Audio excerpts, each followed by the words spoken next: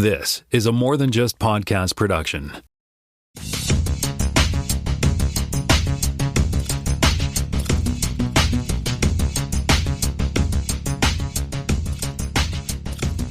Welcome to Spotcast, Season 4, Episode 51. My name is Tim Mitra. I am in Toronto, Ontario. I'm back in Toronto, Ontario. And I'm joined once again by Jonathan Kuline in Mississauga, Ontario. I also am back in my native Mississauga, Ontario. I say back in Toronto, but okay, all right. And Jaime, are you back in Seattle? Yes, I am. All right, Jaime Lopez Jr., back in Seattle. Now you say it. How's it going? We don't want to, upset Break precedent and stuff. Yeah. You can't start an episode without that. That's just not right. No, you can't. That's why I had to insist that we had it. Alrighty, so fact check from 2 weeks ago, I think. Rong Fu, who wasn't credited initially when we first saw the episode, but she has since been added to IMDb. Rong Fu plays Jenna Mitchell, who we didn't know the name of. She was I believe she was the leader of the Crimson Guard as well. Although I don't think we knew her name, right? So she sits next to Ortega on the bridge. I guess she's the navigator, I guess. I don't know. So yeah, there you go. I just read my notes and I just said exactly what I put in my note in not too many words. And so we'll dig into the headlines and we'll head over to Jaime Lopez Jr. for some Star Trek news. Yeah, we have an actual date now for Star Trek Lower Decks Season 3. It's coming to the interwebs and cable and etc., wherever is appropriate for your country on August 25th. So there was also a trailer. Did you not see it? I don't think I linked it here, but yeah, they came out with a couple different tweets. I got the one with the movie poster style of image. There was another one with the Search for Spock style image. Yeah. And the other one, I don't think I have it linked here. She gives a little bit of the presumably first episode with like a Chateau Picard or Chateau Boimler. Yeah, making the grapes. Yeah, Chateau Boim. They were making raisins, I think. Right? It wasn't even grapes. Yes, right. He doesn't make grapes. He makes raisins. Yeah. I love this show. You do. I can't wait for it to come back. Cool. I'm over to Jonathan for some Emmy noms. Yeah, we got the nominations for the Primetime Emmy Awards earlier this week, and unlike last year, we got some pleasant surprises as far as the nominations for sci-fi and fantasy and genre shows. This batch was not as good for the fans of those things. Leading the way in our world would be Stranger Things, which did get 13 nominations, although none in the acting category. It did get a nomination for Best Drama Series, which is cool. That's nice. That's good recognition. But other than that, it was pretty dire. Last year, obviously, we got some recognition with The Boys being nominated for Best Drama. That didn't happen again this time. I don't know if it was just a timing issue with when the season came out. But no sci-fi shows for Best Actor, Best Actress, for in any of the drama categories, any of the comedies categories. It's pretty sparse. I mean, the only thing that could have qualifies Best Comedy Series, What We Do in the Shadows, which is definitely qualifies as a fantasy show. Got a nomination. But yeah, this year not much there. There was a little sort of outcry from a few different areas of the nerdverse with people saying, "Well, hey, this season of Stranger Things had a really good performance from Millie Bobby Brown, another one from Sadie Sink." There was people saying, "Hey, how is it possible that Patrick Stewart has never been nominated for his performances in any of the shows he's done, including obviously Star Trek Picard?" Nothing there. So yeah, it was pretty grim. It was pretty grim. Were you guys surprised at all by any of the nominations? I am seeing Severance here. Like, Severance is technically a sci-fi. I don't know if you guys haven't seen it, but I would definitely throw it there. There you go. I did want to shout out that the one of the contenders for Best Television Movie was Chip and Dale Rescue Rangers, which was brought up by our good friend Jaime Lopez Jr. What do you mean Paw Patrol was slighted again? Well, sorry, that was a real movie in the theaters. This was a television movie, the Chip and Dale Rescue Rangers on Disney Plus. Okay. Right. But Tim listened to the This is like, the World Cup is coming up pretty soon. Like, there's always a sort of murderer's row group, the group of death of like, oh no, only 2 come out of this group, and there's 3, sometimes 4 legitimate contenders.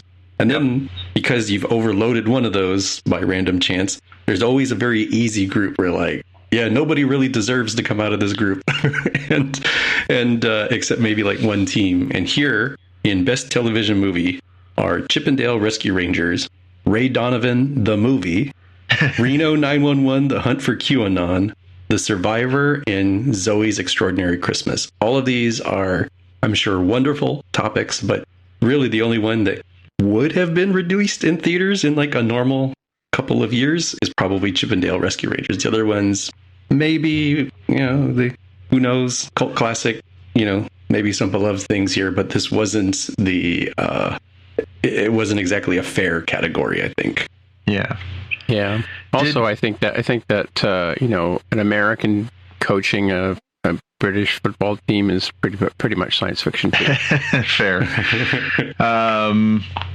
Did either of you watch Squid Game? Would that qualify? Squid Game got 14 nominations. That should be yeah. I don't think I want to watch that one, but I think that would be a sci-fi. That's sort of a hunter, or what do you call it?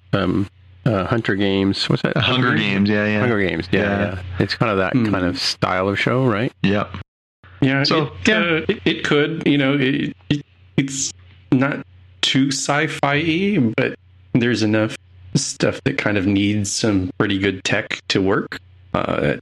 Since I know it's a Korean show, but it's kind of like live action Japanese anime, so it always tends to sort of blend a little bit of the sort of magical realism aspect into even sort of normal everyday things. So it doesn't strike me as sci-fi like Star Trek Picard, but it probably warrants being in there if things like Severance are going to be in there. Yeah. Also, I was a little surprised, and I guess I'm completely off on when the nomination timeframes work for like the Golden Globes, the Emmys, and other sort of awards. I kept seeing Dope Sick and thinking, what? That's last year's stuff. How does this qualify? Wouldn't that have been the previous cycle? And no, I guess that was a different award show.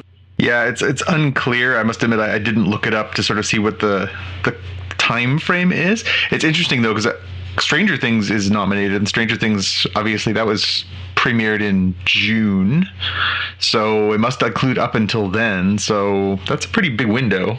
Yeah. Dope Sick was October of 2021. Reviewers. You also don't know that the reviewers don't get copies of these things before they go live, right? So, I mean, if something was to be nominated, they might have got a copy of Stranger Things ahead of its release, right? Don't you think? To see it, yes. The qualification time frame is the thing that was confusing me. October to June is kind of a weird one, but maybe they don't go by release, to your point, Tim. Maybe it's like, well, everybody had it in like April, so that was the time. Did have either of you caught up with Stranger Things? Have you watched the most recent season? I watched the first episode yesterday, actually. Oh, okay.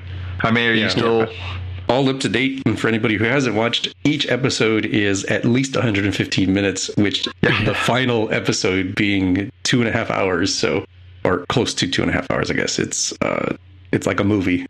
So prepare yourself. Yeah. One of the things that was definitely a buzz this week was, you and I both obviously haven't watched the whole thing, but Sadie Sink, who plays Max, got a lot of online, hey, how the heck did she not get a nomination? I honestly, there was a time midway through that season, I thought, she's doing like that the red-haired girl. The red-haired girl, yes. Okay, yeah. She was fantastic in this season, and so was Millie Bobby. They were both really, really good, and I could see why people might be a little miffed at that. Although, again, it's hard to stack these things up. Again, obviously, the people who vote on this theoretically are supposed to have watched all this. I can admit that I have not watched half of the stuff that was nominated, so it's hard to say this person's better than that person and everything else. I think these competition things are a little weird anyways, but well, I mean, it's too broad, right? I mean, the range of nominations or people that shows that are nominated, I mean, half of the comedies I haven't watched, something like that, right? So, by the way, just coming back to Stranger Things, so having just watched one episode and without spoiling too much for me, the dude with the long hair at the very beginning, that I guess he's like the dungeon master. Yeah. Of what do they call, the Wild Wolves or something like that? The Hellfire Club. Hellfire, yeah. No, he's a really good actor. I'm surprised. Like, just the range of emotions he can sort of, I don't know if he sticks around in the entire thing or whatever, but, this is, if you want to go back to the very first episode, it's the one where the cheerleader levitates in his thing and blows up or whatever, but... I'll blow your hair back even further, Tim. He's also British in real life. But like, have we seen him before somewhere? Like, is he... I didn't check him out on IMDb at all, but I just noticed that he was like, he stood out in my mind as one of the lead actors on that show, or potential, right? Yeah, no, he was great. Mm-hmm. Yeah, I'm sorry, his name is Joseph Quinn, and I'm just looking through his IMDb right now. I don't... He was on Game of Thrones, but I don't know what part he played. Yeah, and on Stranger Things, he's Eddie, and he's a fun character. Yeah, he's great. He's a lot of fun. I figured he'd have you, Tim. He's got the long hair, the I don't have the long hair anymore. The jean jacket, The long hair's gone. Yep. You're one of them squares now, man. He got vetoed. Well, she was telling me that the way it was, that I looked old, and I think I look old now without the long hair, but what do I know? Yep. Yeah, well, 10 years ago I didn't have long hair either, so... There you go. And for some people, the hair grows back, I'm told. Well, it does grow back, but yeah, I think the top of my head is, I think that, pour one out. You and me both, my friend. I'm catching up to your, 20-year-old self? Yes. At 20, I decided to take it off, and I just left it off, and now that's good, because it wouldn't come back if I wanted it to. All right. Let's get back to the show. Oh, this is me. So Resident Alien Season 2 Part 2 has a date now as well, August 10th. Still a strange show, still an interesting show. I'm really enjoying it. I think the Nathan Fillion, should I spoil this? I don't know if I spoil this or not, but no spoilers. Okay, all right then. Yeah, just I don't know who they're going to bring back from Firefly now. That's all I gotta say. Maybe I just spoiled it.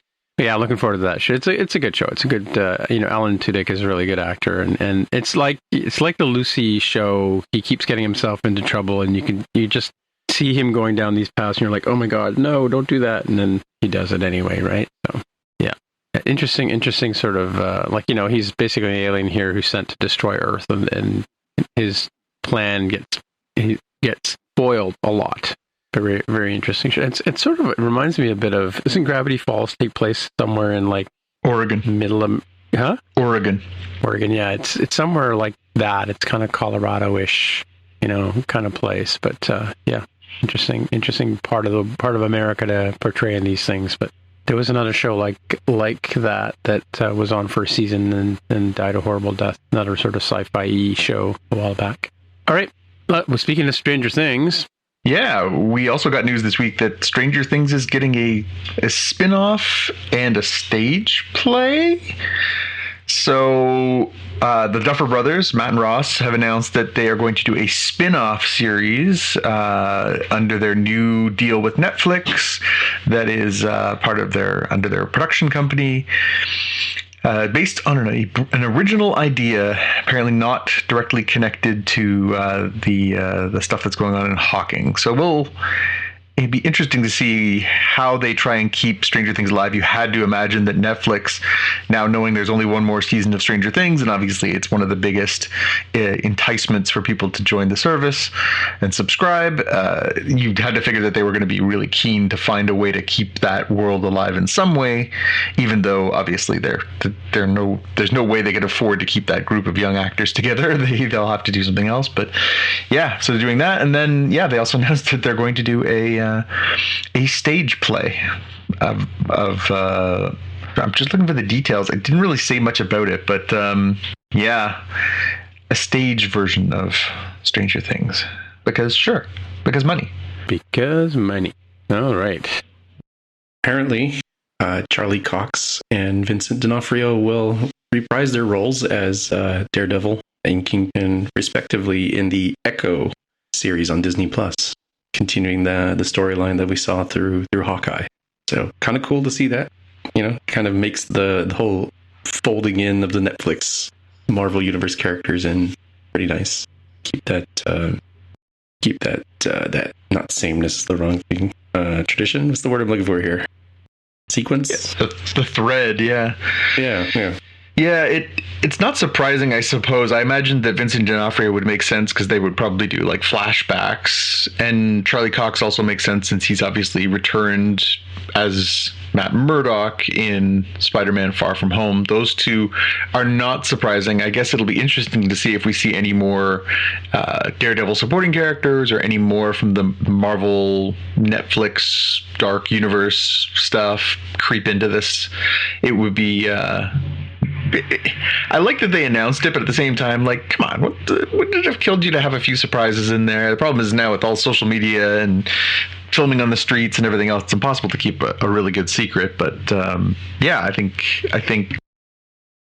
sweet. I'm excited for this, but I also want another Daredevil series. Mm-hmm. Yeah. Still you, Jaime? Yeah. So coming August 12th is a Netflix movie called Day Shift, starring Jamie Foxx and Snoop Dogg, where they are apparently regular schmoes whose day job is to take out vampires. They're it's kind of like a blue collar kind of job, you know, taking out the roaches sort of thing, but it's way more dangerous.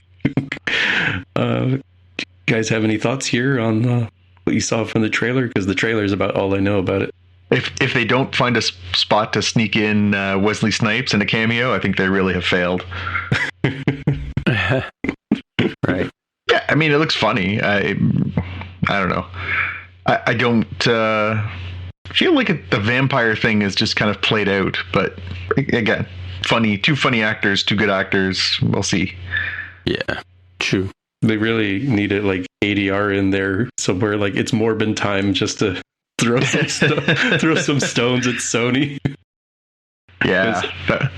As an aside, I've not seen Thor: Love and Thunder, but there's just so many fake videos. I assume they're fake. I've not watched them because I don't want to spoil myself. There's so many fake videos on YouTube of like crowd reaction to "It's Thorbin time," which just continues the chain there. Speaking of Power Rangers, Jaime. You know, I apologize in advance because, you know, I was so giddy by seeing this that I missed a critical sentence in between two lovely images. But I'll talk about it anyways and then let you guys down slowly. So Hasbro is apparently doing 3D printing stuff, and they will put your face, your particular face, 3D scanned onto a whole bunch of different figures.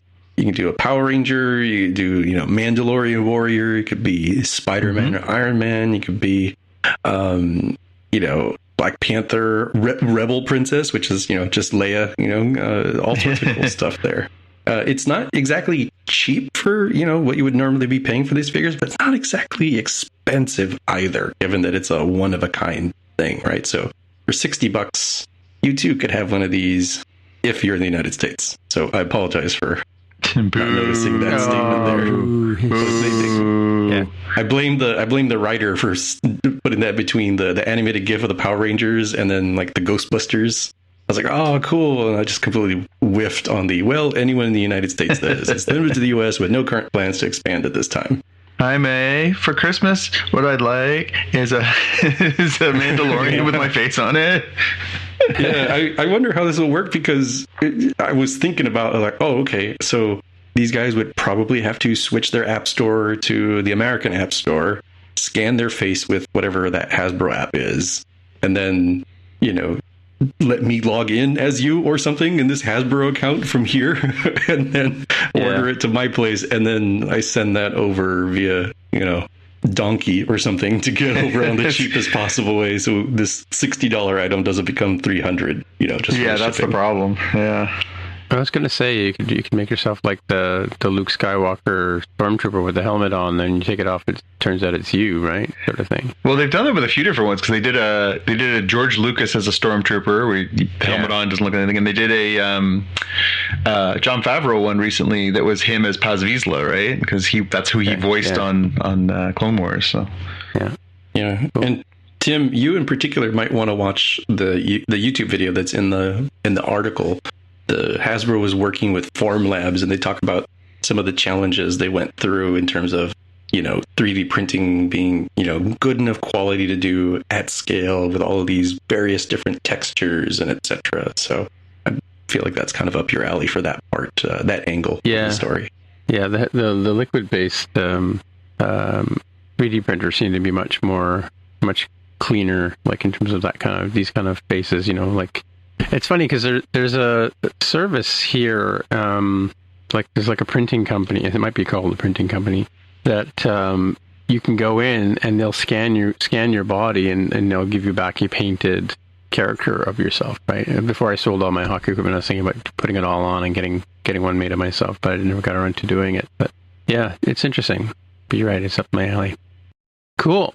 And what's next? Oh, me. So yeah, this is actually a follow-up to Jonathan's thing about the character the actor who plays Biff, Tom Wilson. Yep, Thomas F. Wilson.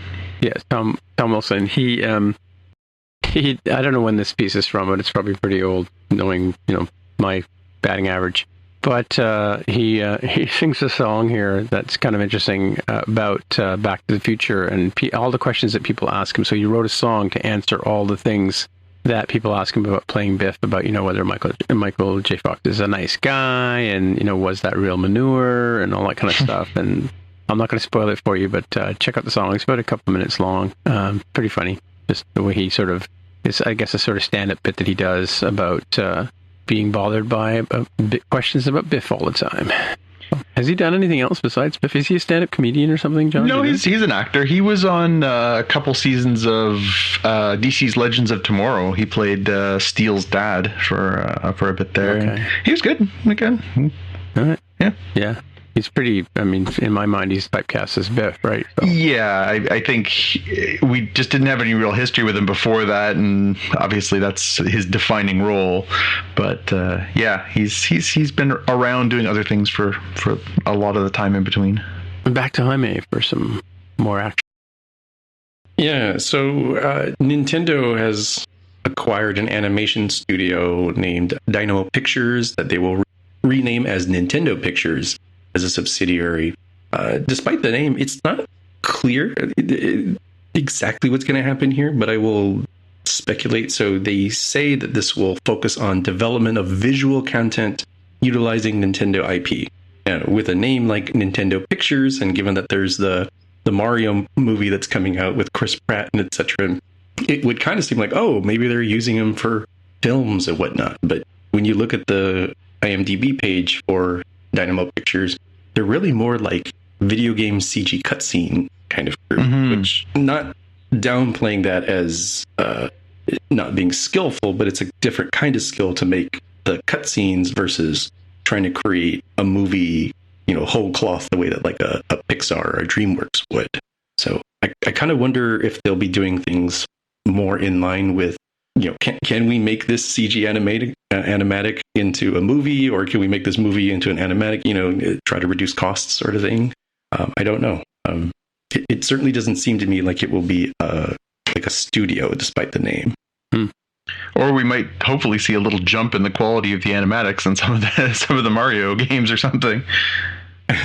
Yeah, this studio has some pretty good ones on the list around that. So we'll see what happens. But kind of interesting as so many of these media companies are trying to be true multimedia ones, right? You've got Nintendo historically doing video games, wanting to get more into movies.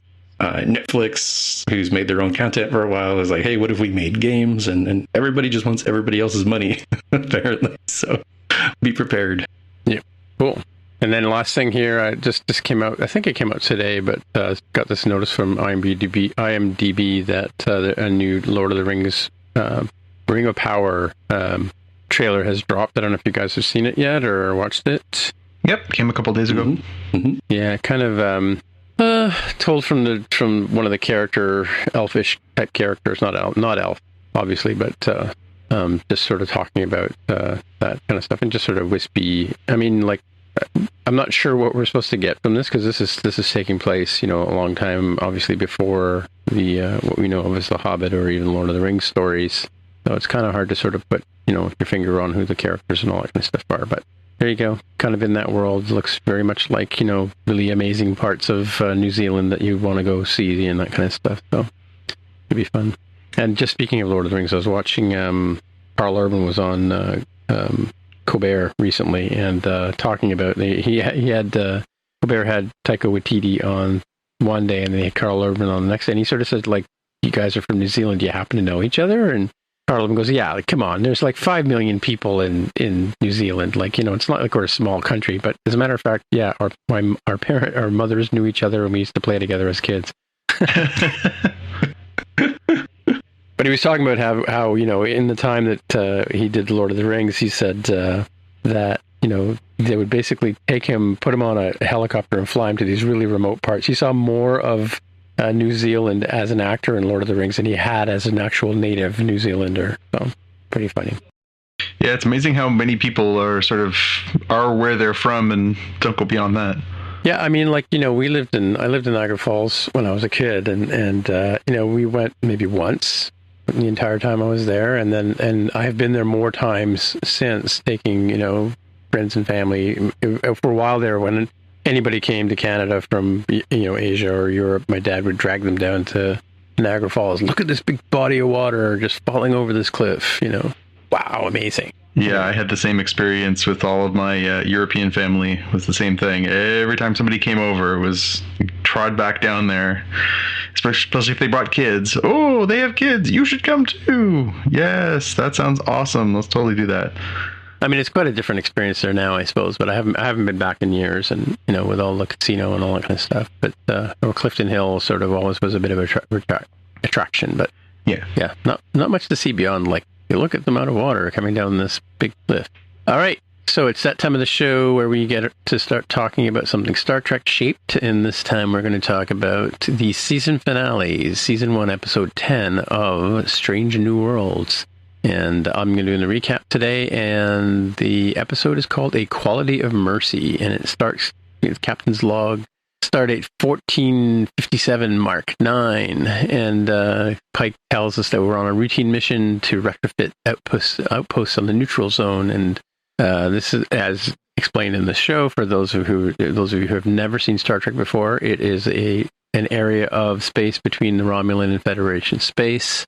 And they're also in proximity to the U.S. Cayuga, which is captained by his girlfriend, Captain Battelle, who we saw, I think, in the first episode. She tells him that she misses the bearded guy, and he's making her spaghetti as he's cooking for her, 'cause that's what he does. And so we're at Outpost 4, and we meet Commander Hassan Al-Dala, and played by a person I've met in person, Ali Hassan, who's the host of, he's a Canadian stand-up comedian, another brown guy like me. I was at a party once with, and I think we were only two brown people in the room, so we kind of just talked to each other for a minute. And in conversation with Pike in the show, he introduces his son, Matt. And Matt Al-Sahal is one of the names that Pike has been reciting in his memory of the people who were in the mission with him when the reactor blows up 10 years in the future. And he kind of just freaks out at the thought and excuses himself and gets up and leaves. And he's just a bit out of it. And so he's back in Flash. I'm going to jump around a bit, but he's back in his quarters, and he starts to write a letter to the young kid and a bunch of other people. And as he's doing that, he hears a voice, and it turns out to be future Admiral Pike standing there in the red, I think second or third movie kind of outfit, telling him that he shouldn't I guess it's the Undiscovered Country outfit. Shouldn't write that because you're going to change the future if you go ahead and push send on that message. Thankfully, he's not running a Microsoft product, because it probably would have sent before he finished writing it. But yeah, and so the future Pike explains to him that he's here by a time crystal that he got from the Klingon homeworld on Borath, because Pike makes a comment about the fact that, our Pike makes a comment about the fact that, where'd you get that from, the Klingon world? And he goes, well, who do you think sent me? And at that point in time, we hit the titles of the show. And so what Pike does is, or Future Pike, pops him he has him touch the crystal, and he jumps ahead, and he's officiating a wedding, just like Captain Kirk does in The Balance of Terror, Season 1, Episode 5. And it's, I don't know if you guys have watched the Balance of Terror since this episode came out, or even new, but it's almost a line-by-line recreation of that episode, because in the beginning of that episode, it starts with Kirk officiating a wedding. And the sort of, the red alert goes off, and, he gets called up to the bridge. And it's funny, it's not red alert, it's just called alert, alert, alert, and, battle stations. And it's early in the series of the original series, so they hadn't got all the sort of, catchphrases that we all know and love as being Star Trek, canon. They hadn't worked all those out yet, so they were still sort of, just dependent on the writer or the story, what kind of things, Sulu or Spock would say over the comm. The outpost Outpost 4, again, as in the Balance of Terror, is being attacked by some strange ship, which they're undetermined ship, and it keeps disappearing, so they really can't see it. And so he sits down with Spock and determines that they bounced 7 years into the future, and he's trying to explain to Spock one-on-one. And it's interesting because Ethan Peck throughout the entire show acts very much like Spock, Leonard Nimoy's Spock in that show. Very sort of stiff and emotionless and all that kind of stuff, right? It's really interesting, sort of juxtapose the two episodes together to see the very much similarities between them. And well, especially as it comes on the heels of him having that emotional outburst recently, right? Because he had sort of pushed himself to be emotional. Yes. Yeah. Well, this is 7 years in the future, right? And a lot of water under the bridge, as it were, right? And I'll try and explain the differences as we go through. But and actually, just while I was waiting for you guys to come, I just snuck a peek at The Balance of Terror. I did watch The Balance of Terror a couple of weeks ago. That's the one I mentioned before, where Mark Leonard, who ended up playing Spock's father, is the Romulan commander on that ship that Kirk has this sort of cat and dog fight with. Or cat and mouse, I guess is the terminology I should use. So he asked Spock to do a mind meld with him, so to prove that he's not lying, because, Spock's like, well, why don't you go, see the doctor and get your head examined? And he's like, well, why don't you be a Vulcan and examine my head?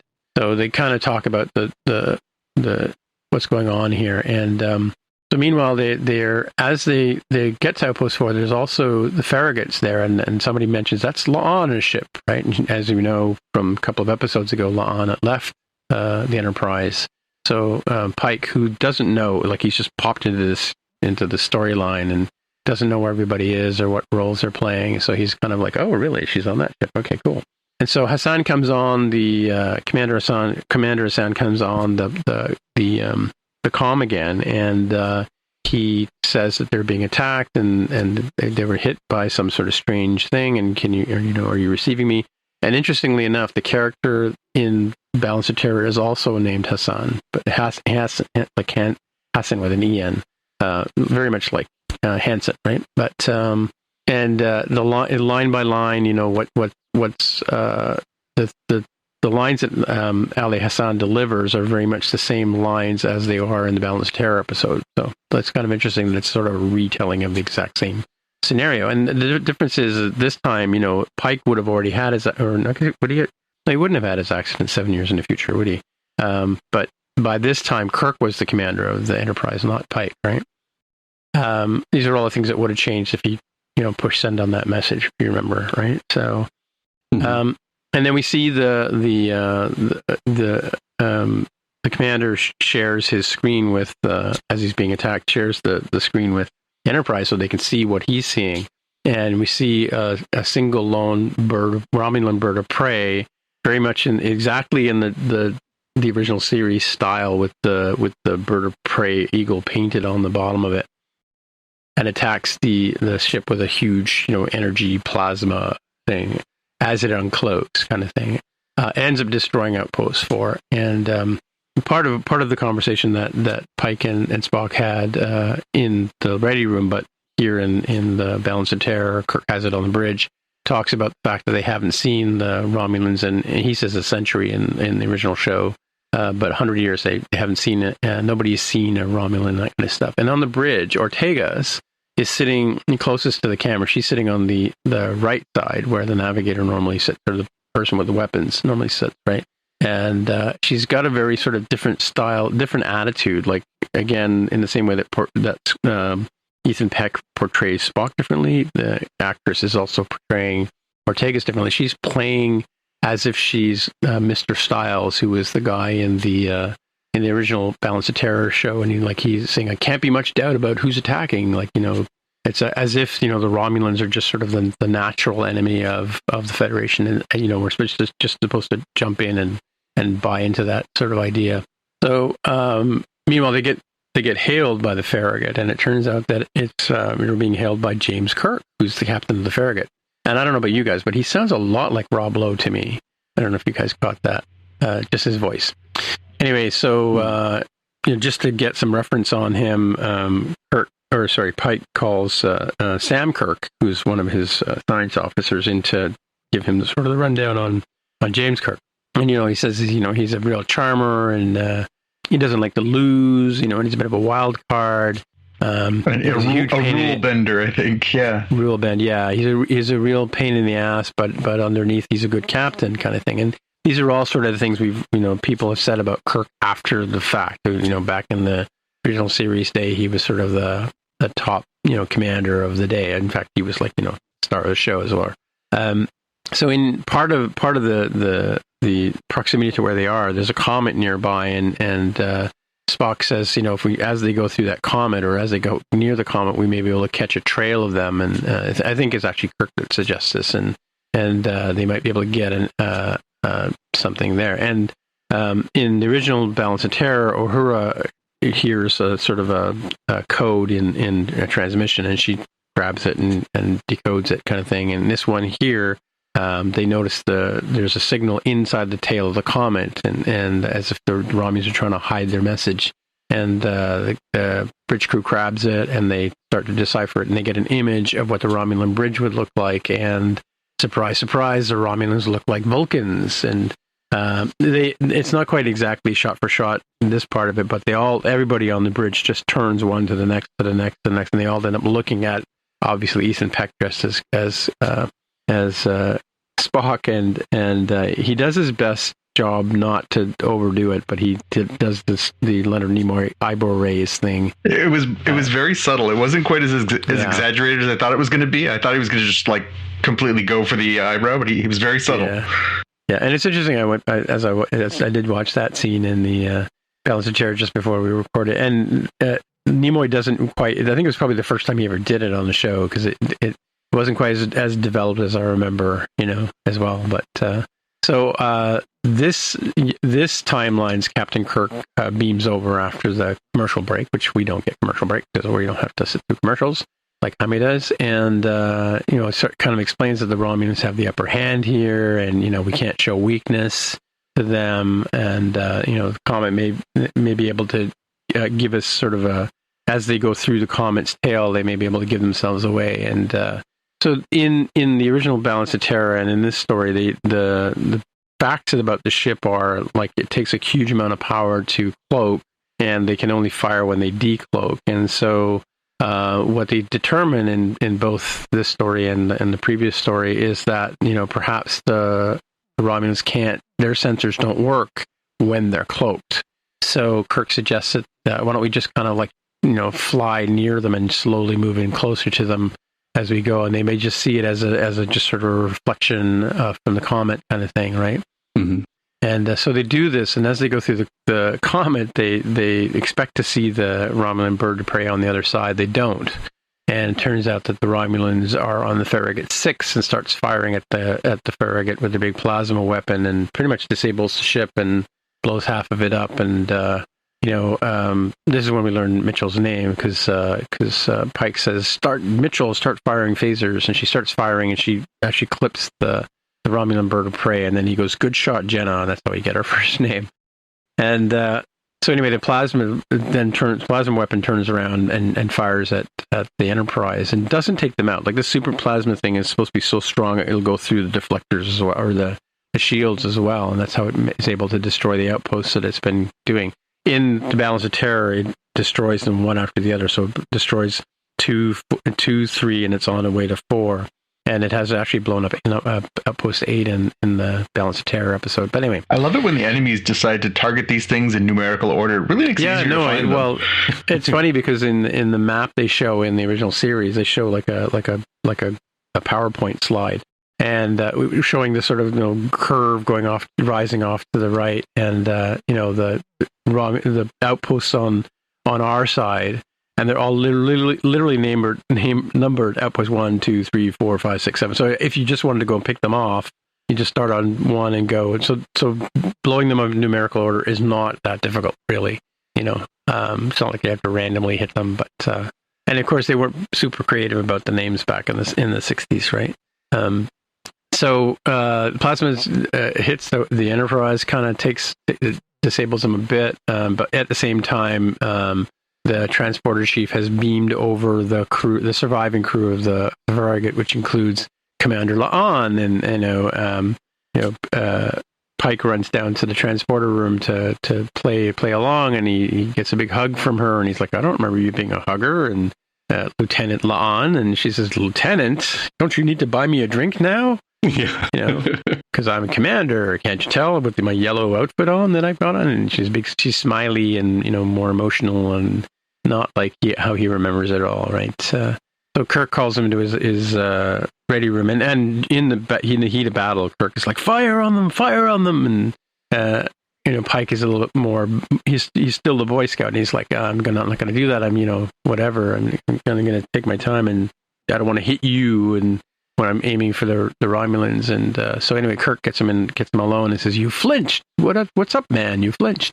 And they argue back and forth about their tactics, and Pike stands his ground about being sort of more conservative than Kirk would have been, right?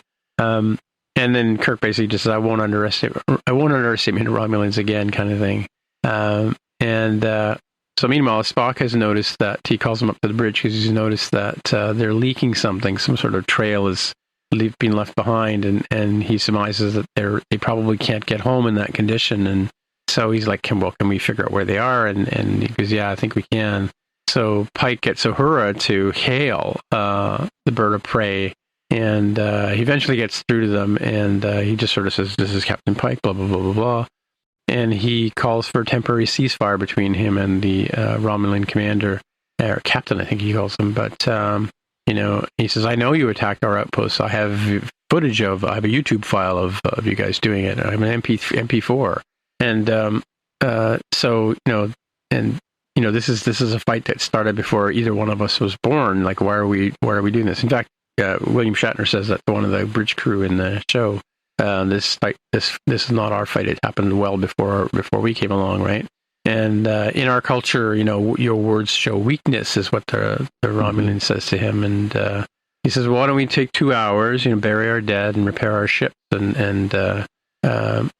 So the Romulan commander agrees, okay, 2 hours, after thinking about it for a few minutes. And Ortega still wants to shoot very much like Mr. Styles in the original show, and to the point where she's like, getting quite demanding about it. And Pike yells at her, stand down, kind of thing. Meanwhile, on the bird of prey, the sub-commander challenges the captain's decision as well. And, the captain takes him aside and says, your uncle was a great warrior and died in this huge battle and whatever. He died because the commander of his ship was a fool. And that's why we don't just blindly go off and fight, like this just because we can, kind of sort of thing. And he says, I don't care. I'm old. I don't care what you guys think. And I'm old too. And I kind of get that impression. I get that sentiment. After a while, you just don't care what people think. Get off my lawn! It's a yell at the cloud. But anyway, so Spock on the ship or on one of the timelines is telling us that that we need to follow our instincts and that kind of stuff. And they have a sort of round table, and some people are for war and some people are not for war, kind of thing. And Spock sort of his advice is, probably should have shot, and he says to Spock, he says, by the way, where's Una? Like, where's my number one? And Spock looks at him and goes, well, she's in a penal colony, sentenced, for the last 7 years for her deception sort of thing, right? Which will come back later. And this is where we get the captain, as, Kirk comes into the room and Spock decides... Isn't that a rum commercial or something? Yeah, pretty much. It almost was, because he looked at Pike and says, Captain, and he looks at Kirk and he goes, Captain, and, I don't know. They could have done the whole captain thing, right? So Kirk and Pike are now talking, and they're like, I don't think I could trust these guys. I don't know why you can. And he says, Kirk suggests I have a backup plan. He goes, well, what's that? And he doesn't tell him what the backup plan is, but he says, the Romulans may call in reinforcements. So we should probably do the same thing, or pretend to, sort of thing. And he asks him to borrow a shuttle, and he goes whipping off in the shuttle. And of course, they play the original Star Trek theme as Kirk leaves in the shuttle. Meanwhile, just as a little thing here, I wasn't going to talk about it, but in the Jeffries tubes in the original Balance of Terror, Spock goes off to repair the phasers, right? He wants to oversee them himself, and of course, Ethan Peck does the same thing. So you see him in the Jeffries tube, and you hear a Scottish voice talking to him down the corridor, and the Scottish voice is voiced by Matthew Wolfe, who doesn't look anything like our Scotty, but this is meant to be. I think that I read somewhere that they hadn't determined who was going to play Montgomery Scott, but it was sort of the first time we've heard a Scottish voice in this series, anyway. And back on the comms with the Romulan commander, he's Pike is telling him, we you see this as weakness, but we see forming a partnership as opposed to an enemy, or seeing you as an enemy as a strength that we sort of can do to do this. And the Romulan commander, he goes, yes, I too tire of endless war, kind of thing. And meanwhile, as they're talking, the Romulan fleet just shows up, and there's like 50 ships just bounce in all of a sudden. And turns out the sub commander has called them in spite of what the orders he was given by his captain, and he's disobeyed a direct order, and so he gets the guards to take the sub commander off the bridge, kind of thing. So Pike gets hailed by Praetor, who's a lady who's in charge of all these things, and she tells them she expects them to surrender, and you have 1 minute to comply and to kneel. Yeah, and you should be kneeling, exactly. He's like, well, I'm not Romulan, so I'm not going to do that. And meanwhile, so at the same time, all of a sudden, Uhura says, there's a whole bunch of ships coming in. They're ours, and so all of a sudden, a whole bunch of Federation ships, like a whole armada of ships, show up, and Captain Kirk is leading them, and he has a private channel with the Enterprise, and it turns out they're all robotic mining ships, and says, how do they know they aren't, they haven't seen our ships in 100 years, how do they know these aren't like these, forget about the front end loader thing and the snowblowers on the front, they may not recognize that these are just, junkers, right? And so Pike has Uhura patch in Kirk as he talks to the Praetor, and so Pike shows the Praetor the recording, the MP4 that they have of the bird of prey attacking the outpost, and she's a little annoyed at the fact that she's been caught with her proverbial pants down. Sorry. Anyway, so or she got caught with her hand in the cookie jar. But that's probably better, safer way to say it, right? And so she sends the commander, the bird of prey, towards the Enterprise and decloaks it, and he calls it a culling. She's gonna cull the commander for having been caught, and so then Pike has a chat again with the commander, and this is literally line for line from the show, where Mark Leonard at the very end of, just before he blows up, Mark in the original show, Kirk chases him down to the point where the Romulan ship has been disabled by Kirk, and he says, I'll beam you guys aboard and take you prisoner or whatever, and Mark Leonard's character says, that's not our way, and he literally says, you and I are of a kind, in a different reality, I could have called you friend, and in this show, he says, I've accepted my fate, but Mark Leonard never says that. He just blows up the ship. And then an interesting thing, too, is I remember they talked about the wedding at the very beginning. Tomlinson, who is the groom to be married, he dies in both tellings. He dies in William Shatner's story, Balance of Terror, and he also dies in this one here. So the wedding isn't going to take place. Meanwhile, so in this show, the Romulans all fire on the bird of prey and destroy it.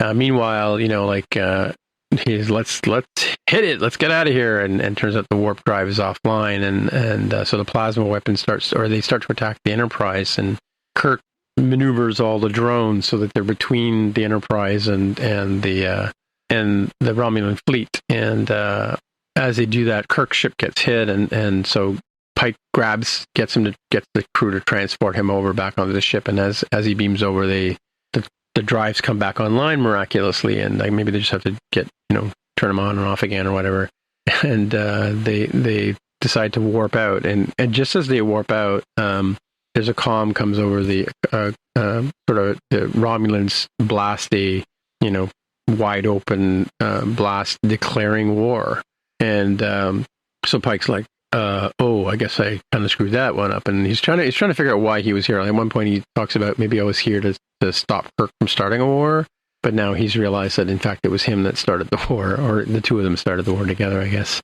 But in the melee of getting hit by the plasma weapon, he hears that Deck 6 was hit, and he remembers that's where Spock was repairing in the Jeffries tubes, repairing the phasers, and so he whips down to the sick bay, and he gets the sort of that sick feeling in his stomach as he's looking around, and he sees Spock lying on a med bed, and he's like just trashed, burned, and missing a leg, and he's got a big hole in his arm, and Nurse Chapel tells him that basically he's got radiation burns on 40% of his body, and even if he survives, he won't be the same, and which is exactly the same diagnosis that Pike gets in his former future, if we go back to that, right? So meanwhile, as he realizes that this is the thing that he causes ultimately by creating that letter he was going to send, that email, and we're back in the room with Admiral Pike,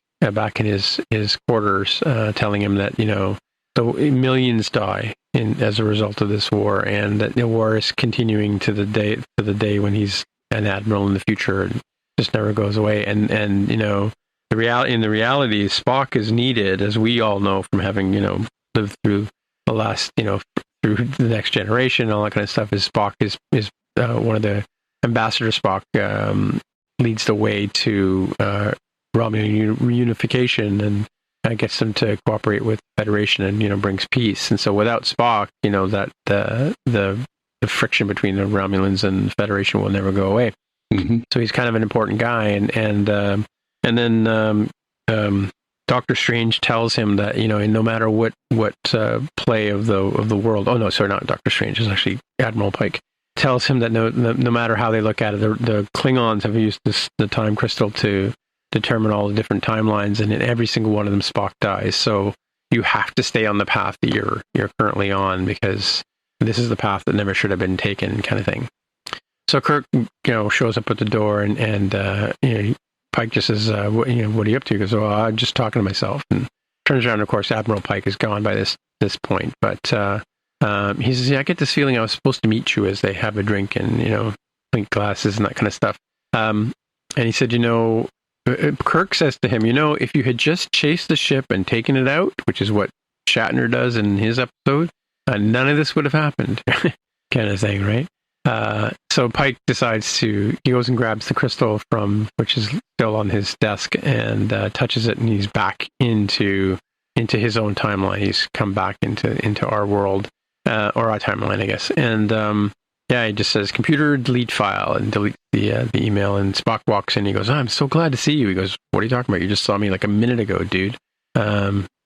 Anyways, and he kind of explains that some things, he talks about time and how some things are inescapable, and you can't get away. He says, "I feel I owe you a debt of gratitude, but I don't know what for," kind of thing. And meanwhile, he gets told that Captain Batel is beaming over, and he expects Una and him to meet her in the transporter room. And as they get there, Batel arrests Una for her anti-genetic modification, and that she's an Illyrian and all that kind of stuff. And yeah, so Pike's not pleased about the fact that Una is now being taken away, and that his girlfriend is the one who had the order to come and arrest her, kind of thing.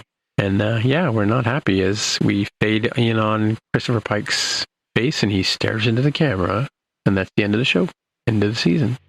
Dun dun dun. Dun, dun, dun. Da, da, da, da, da, da, da. So interesting. I mean, I don't know. I'm sure you enjoyed my parallel comparison to Balance of Terror, but did you get the sort of sense that this was a retelling of the previous episode, or did you remember, or had you remember seeing it?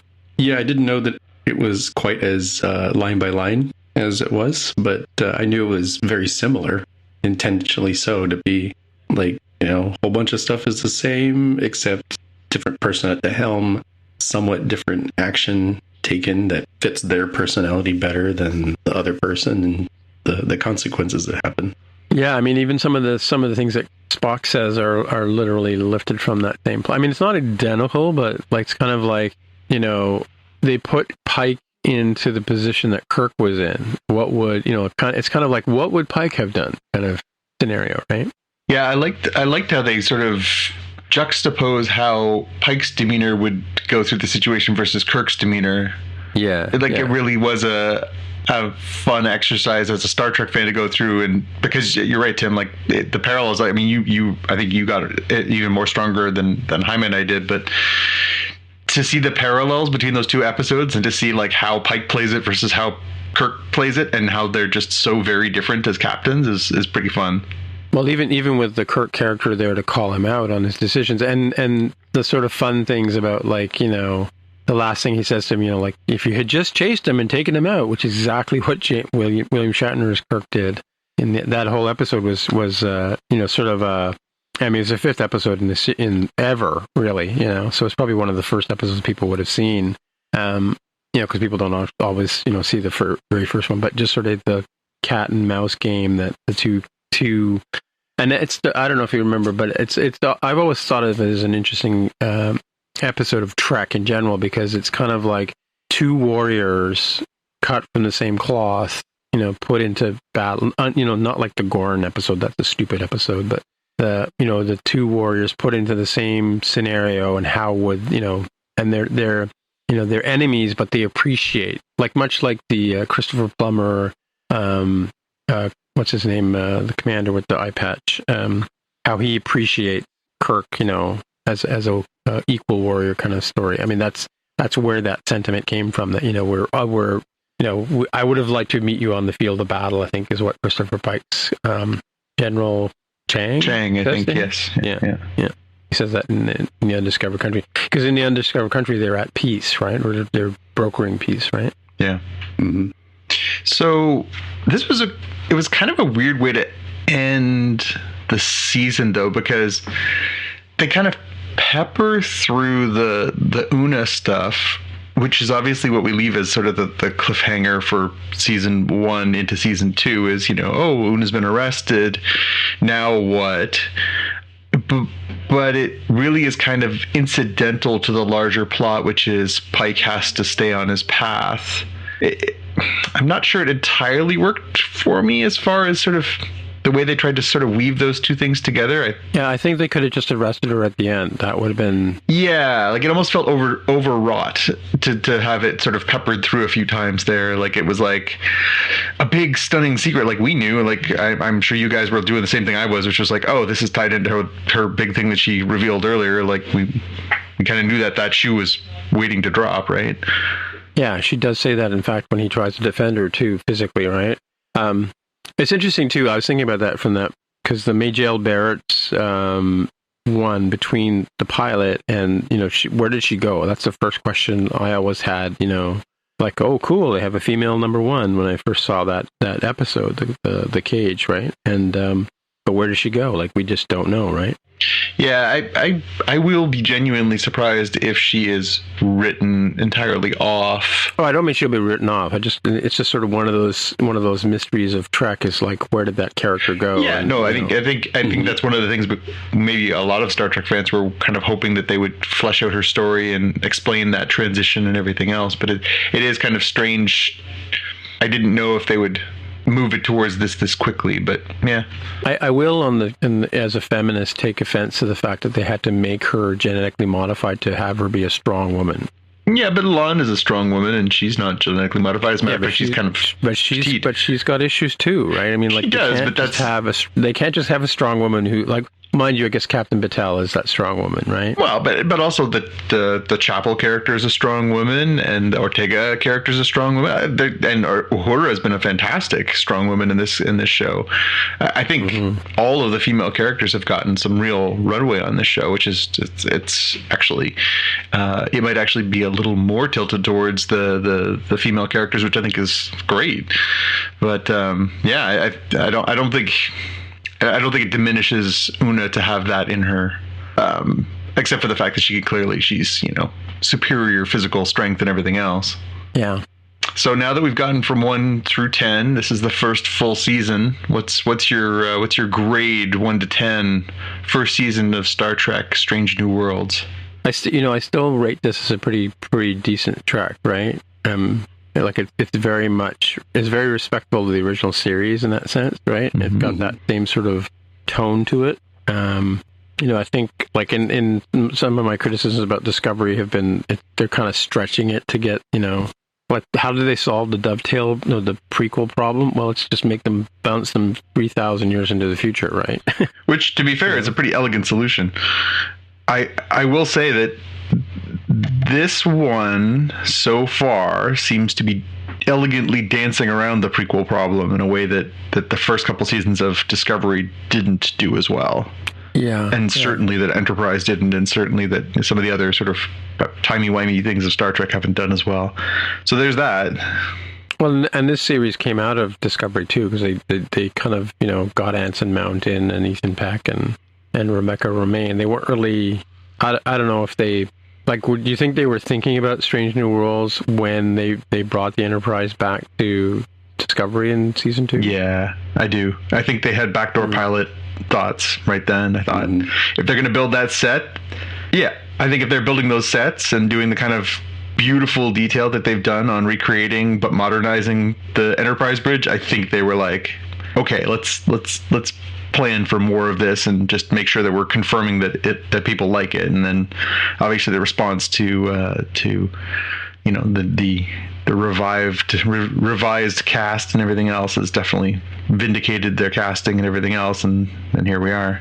I think it was a pretty intelligent risk because it's expensive to make that set, right? And so you're thinking, okay, well, we got to get something else out of it. Hopefully it's this Captain Pike spin-off series, but worst case, you can do like Star Trek 2009, like, hey, we have further adventures of Kirk and Spock and Bones, right? And that's pretty popular. It's got some level of popularity, and they I think they wagered intelligently because the fans really embraced Anson Mount as Pike. So it was kind of a win-win either way, as long as folks were willing to have more USS Enterprise stuff. Mm-hmm. I like this season. Feels like it's a good 8 or 9. It's hard to give something 10, and it's absolutely perfect. It wasn't a perfect season, but it was really, really solid. I think it certainly helps if you know some of what happened in Discovery, but I think even just the recap that they give at the beginning of the season is probably what you need to get through what is largely an episodic structure with a sort of couple of longer plot threads. So it's not heavily serialized. It's not heavily, hit the reset button episodic. It's kind of a nice blend of the two. I was very happy with that. Yeah. Well, you guys know I'm a generally tough grader, but I thought this was a solid 8. I think this was a really enjoyable. I thought the casting, above all else, was a home run. I think they've found really, really good performers in almost uniformly across all the roles. Yeah. And they've let them some good writing mixed in there as well. But they've really kind of let the actors shine, and I think there's no Barkley in this. No, there's no duds really. Like I find Ortega is a little one note. She probably could use a standalone episode that focuses on her soon, but I think they've given everybody a chance to shine and shed some light on some old characters that we didn't know as much about, like Number One and Benga, and then also given us some time with new characters like Lon and people like that, and even Chapel that are she's great. That are great. Yeah. So I would say I'm going to slot this one in probably as my number 2 of the current shows, of my favorite shows. I think it would take a Herculean effort to get Lower Decks out of that number 1 spot for me right now, but that's true. But I think this one kind of edges out Disco, and it edges out Picard as sort of my favorite of the current series. Yeah, it fixes some things like Hemmer ends up dying, but it wasn't like we got all of his backstory in the same episode where he dies, right? Like he's given quite a bit to do, quite a bit of backstory in several episodes prior.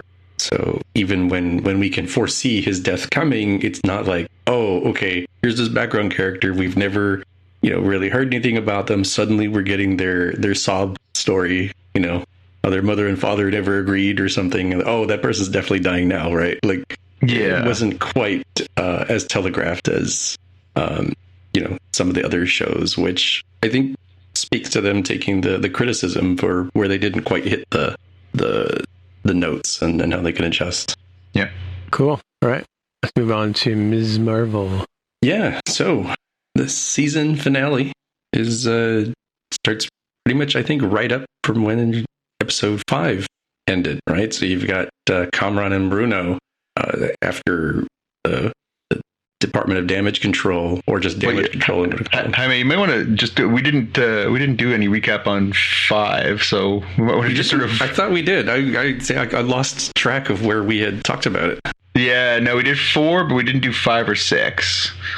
Well, 5, the Cole's notes on 5 is basically it shows the backstory where Kamala is in the past, and it tells the whole story of her great-grandparents meeting, and then how she ends up, as we discussed on our last episode, how she ends up basically fulfilling the prophecy of the trail of stars that guides her grandmother back to her great-grandfather so that they can get on the last train to Pakistan and get onto the side they need to be on before the partition. And then basically it's the sort of the final conflict between the clandestines and Kamala, and how they all die, but in the dying, Kamran's mom basically triggers this sort of I don't know what to call it, like this mutation in him, I guess is the best way to put it, where just like Kamala has her powers activated by the bangle, he gets his powers activated by her sacrificing herself and sort of saying his name as she's sacrificing herself, closing the door to the alternate dimension. And that's sort of the biggest portion of that episode. Right. Okay, so it was the like piercing the veil or something, I think is what they ended up calling it. And we know from the Spider-Man No Way Home and Doctor Strange Multiverse of Madness that incursions are a bad thing, right? Yeah. And the whole plot point for the clandestines was, it's totally fine if we do an incursion for this reality because we don't care. We want to just get back to ours. And that would have caused doom for our universe. So, okay. Yeah, that's a great one. That's right. I'd forgotten that we had not recapped that one with the Terminator paradox in it. Yeah, you had to go back to the past because it was you all along, Kamala. Yeah. So at the end of that episode, then is where Kamran and Bruno meet up, and Kamran realizes that he legitimately thought that the guy's name was Brian, and he wasn't like trying to big dog him or anything. He just legitimately got his name wrong, genuinely got it wrong, and the damage control folks sent a drone that pew pew pewed and blows up the guy's like house / convenience store place. So they start this episode, I think, on the run with that, and Kamran's kind of like, you know, dealing with the changes that his body is going through with this hard light stuff. And they've got I don't know what the lady agent is, that she's like very like mustache twirling evil kind of agent lady. Like she is just, you know, on a mission here to take him out because she's enhanced individual. Is that what they say? Yeah. I forget what the term is. Yeah, they call him a cape, essentially, like a soup or something. Yeah, I think her name is Deaver, because they mentioned her in the first episode, because Cleary is the guy who is her sort of supervisor, who we saw him in Far From Home, or no, sorry, No Way Home, and then she's the new character I got introduced, and she's the loose cannon who's going to take her matters into her own hands. Good way to use the stereotypes. Yeah. We do end up with so with those guys, you know, on the run. We have Kamala trying to come clean to her family, but like her mom already gave away the secret, intentionally and kind of unintentionally, depending who we're talking about, to the father and her brother and the brother's wife. And then, to use a wrestling term, so normally in wrestling there's a thing called a heel turn, where, you know, a hero turns into a bad person. Like, you know, Hulk Hogan was a well-known hero from the WWF days and turned into Hollywood Hogan when he did his heel turn and became a bad guy. But there is something called a face turn, where a bad person turns into a good person. And I'm struggling to think of people who've done that, but I'm sure there are. Well, The Rock was a bad guy. Stone Cold Steve Austin was a bad guy. Yeah, those guys were heels and they turned faces. Yeah. Yep. And it's not totally appropriate here. I'm not saying the mom was a bad person, but certainly there was some antagonism there between the mother and daughter not getting together, or not seeing eye to eye, I should say. But in this case, the mom has done a full face turn, and kind of a rapid face turn is like, hey, not only am I accepting of this power that you have, but I've actually made you a pretty kick-ass outfit that's very customized with the little lightning bolt symbol from her broken earring and stuff, right? So they adding some criticism here that this episode has a little bit of hold my beer. It's not totally off the rails, but I feel like they squished a lot into this very critical episode. But, you know, they're like, all right, moving on, because the next part is we got to get to Bruno and Kamran still trying to escape. They go to the mosque. They think it's going to be sanctuary.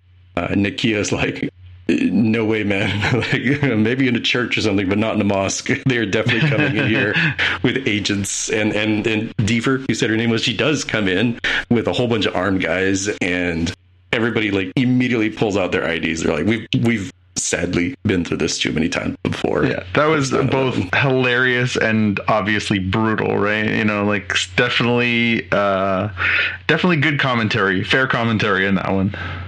Yeah. So they were ready, and at least, you know, it does buy some time for the guys to escape. They meet up with Kamala, and they sort of realize, you know, this is getting kind of out of hand. So she ends up asking, forget the honeypotting dude's name is. It's from like the red scarves, red dragons. What are they? The guy with the knives. What's his name? Yeah, let me check my notes. It's in here. The Red Daggers. Red Daggers. Kareem or Chemo is what they called him. All right, Chemo. Asking. So she ends up calling him, asking for help, right? And Kamran's like, "Are you crazy? Like, they've been trying to kill the clandestines for like this whole time. There's no way this makes sense." She's like, no, trust me. He's handsome, so I trust him inherently with not only my life, but your life. But more importantly, if you can get to the harbor by midnight, they can whisk you away into safety. So, you know, former foes become allies in this desperate situation. And because this is a high schooler show, they reconvene at the high school where they run into, kind of coincidentally, her brother, who, you know, went to the same high school and knows how to sneak into the same place.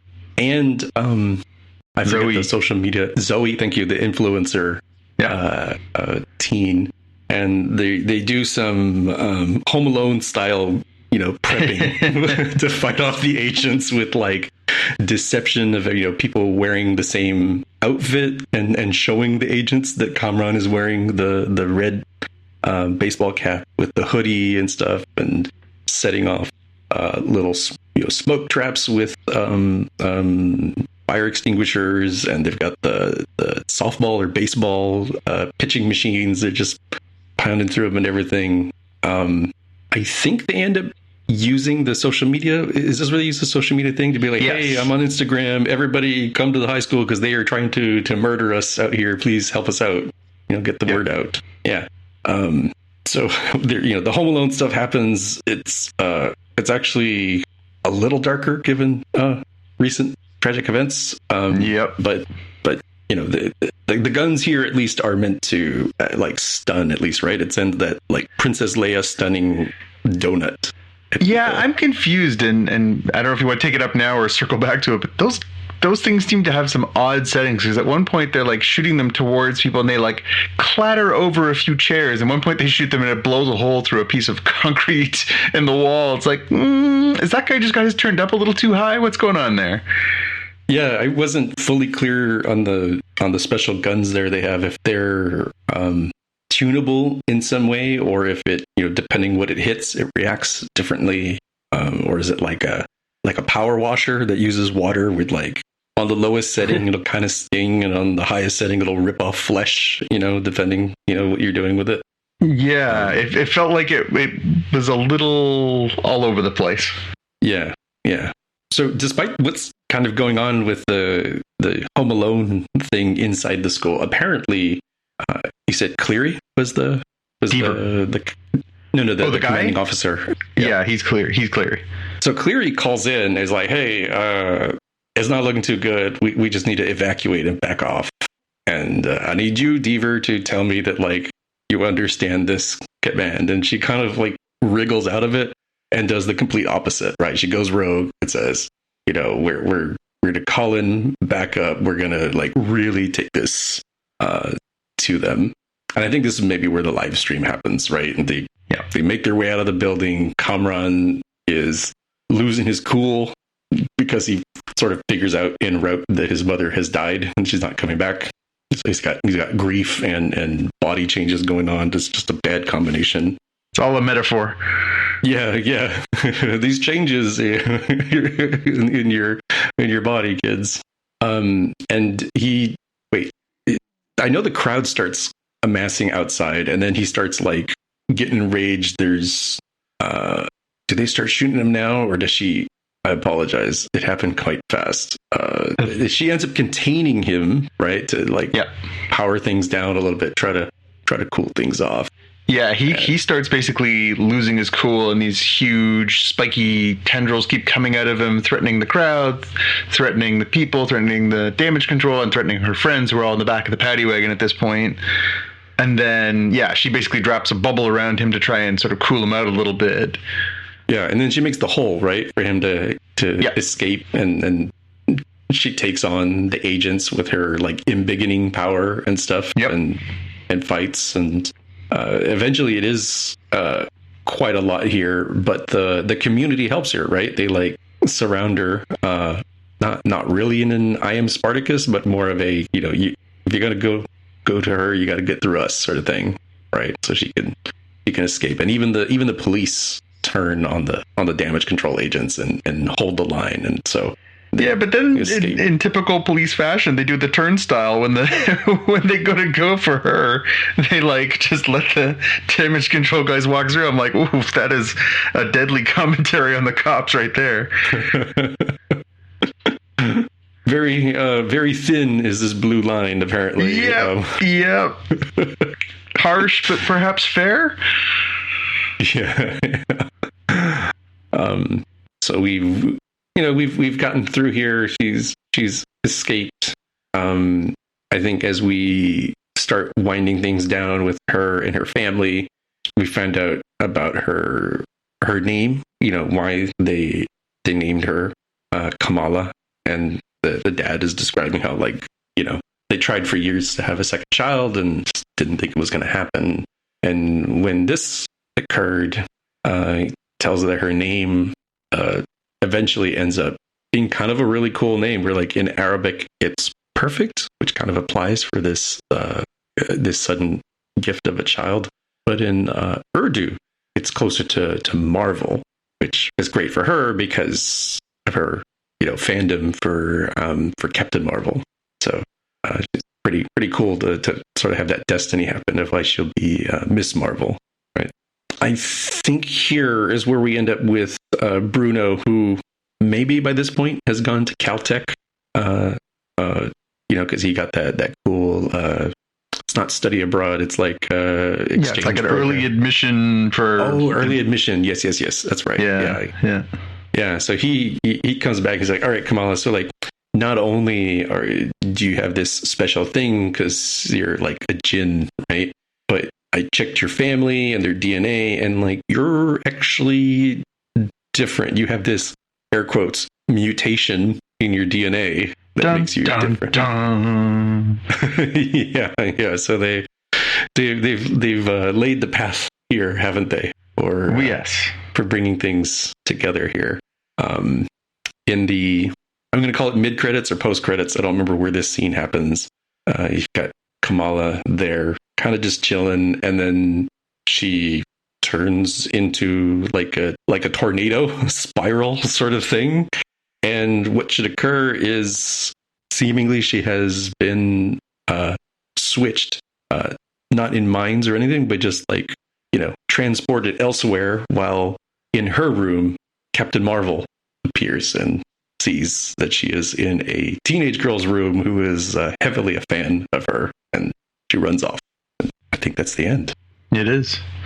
It was, it's a strange thing, and the way that they sort of wrapped it up with that. Now, obviously, this whole series was meant to be sort of stage setting because they're going to do the Marvels movie next year that combines Ms. Marvel and Captain Marvel and whatever name they decide to finally give the Monica Rambeau character, who in comic books was for a long time known as Captain Marvel as well.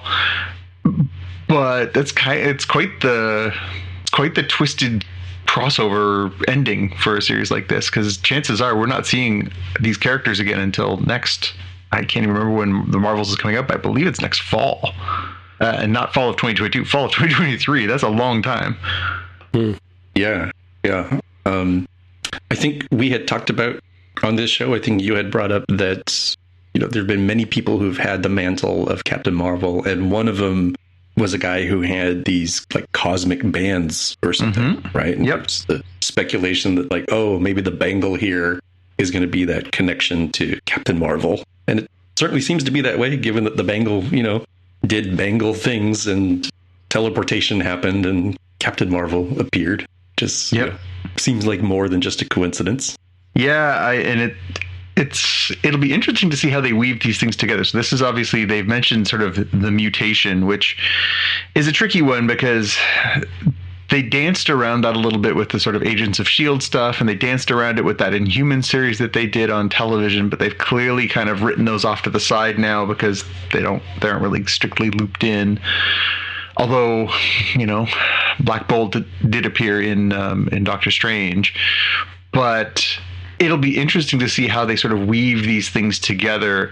In the comic books, the way that Kamala gets her powers is not through a bangle that unlocks her abilities. It's that she is out one night and she is exposed to the Terrigen gas, which anyone who's watched Agents of S.H.I.E.L.D. or Inhumans knows is that's what they use to unlock the powers of people who have this specific sort of hidden ability.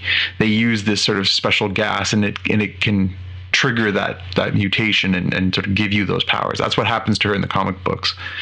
And from that, in the comic books, instead of having her produce these sort of crystal versions of, embiggening and all that stuff, she can actually do it herself. She can shapeshift to make herself bigger or smaller. She can shapeshift to look like other people. So they've modified that a little bit for the TV show, and I guess for the movies, because that would be crazy expensive, I think.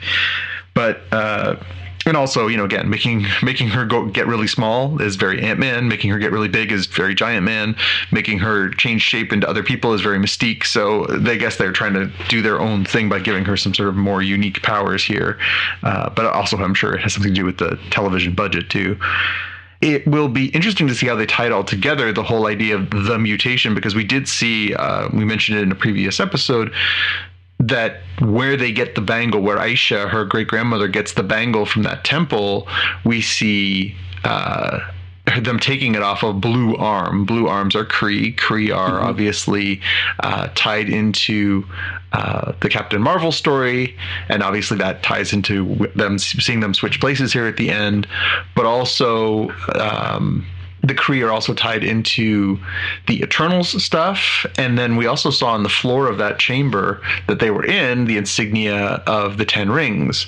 So it seemed like this whole sort of phase of the MCU right now has been a little loose as far as where things are connected and how things are moving forward. But I think we're starting to see some threads that are piecing together, if you've got a pair of keen eyes or spend a lot of time on Reddit, that you can start to see that some of these things are sort of weaving themselves together, that it's not as incongruous as, well, what does this, martial arts centric movie have to do with this movie about, these people who have lived on Earth for thousands of years versus this, teenage girl who lives in Jersey City. There does seem to be some threads that are starting to become evident now. Yeah, and I think there was more than one bangle, right, in that flashback, and they only had time to retrieve one. So there's, maybe I'm mistaken, I think there's still one more bangle out there that is lost somewhere. Yeah, I'm not sure how they're going to play that because, yes, in the comic books, the bangles would be similar to the original male Captain Marvel's negabands, right? The things he wears on his wrists that are part of his abilities. So, yeah, again, I'm curious to see how they sort of thread this all together. And then they didn't really. I mean, we know that it explicitly said, Ms. Marvel will return in the Marvels. But I wonder if we'll see another season of this series that sort of focuses on her, after that, or if there's more to be told, or if she's just going to become a movie character now, or sort of what's next. Yeah. So looking through the series, I think I enjoyed this series. I don't think I was compelled by it as much as Moon Knight, but some of that is in an era where we have such generous quantity of media. I'm a lot closer to Oscar Isaac in age. I don't know his actual age. I'm sure I could look it up, but I can guarantee you I'm much closer to his age than I am to Miss Marvel's age. Right. Yeah. So this is a show that is kind of a different thing. It's more teen centric. It's definitely the TikTok generation, and TikTok or Instagram plays a plot point here and in resolving things. And so I'm not going to ding it for it not fitting me as an older man versus if I was from Gen Z or post Gen Z. Yeah, I enjoyed it. I think it's something people should watch for more than just trying to get all the connections. Try it out. I definitely enjoyed the seeing the Pakistani culture, and I learned and I felt, and I told my significant other when we were watching this, I'm like, there are a lot of weird similarities between the family members, and I could think of many Mexican American family members and people that we've known in the community that feel very similar. Yes, some of the details are different, right? They're not Muslim, they're not Pakistani, but I'm like, yeah, that's kind of what aunts do. Yeah, that's kind of what uncles do, and et cetera, et cetera. Yep. It felt very, very similar for that. So nice seeing the different cultures that we're not used to seeing, and especially since, at least in my case, I was able to connect to it through my own culture. Yeah, and I really liked that there was a few moments in that final episode where you got that real, not just she's one of us, she's Pakistani American, but she's one of us, she's part of our community. You know what I mean? It really felt like the whole Jersey City, the sort of the mosaic of the city all kind of came behind, right? Which is, it's nice. I mean, obviously as a, cis white middle-aged male or post-middle-aged male, no shortage of stories for people like me. I'm glad that there's more for everybody. I think that's great. Yeah, that was a cool part about this show, I think, was For me, it was like, I mean, I probably wouldn't have gone out of my way to watch the show, but I mean, it was interesting to sort of see those different perspectives on how they could play that and how the people within that culture will react to something like a superhero being their daughter kind of thing, you know? Mm-hmm. Mm-hmm. Yeah. And like, I know I gave the criticism that the mom does kind of like a pretty quick face turn.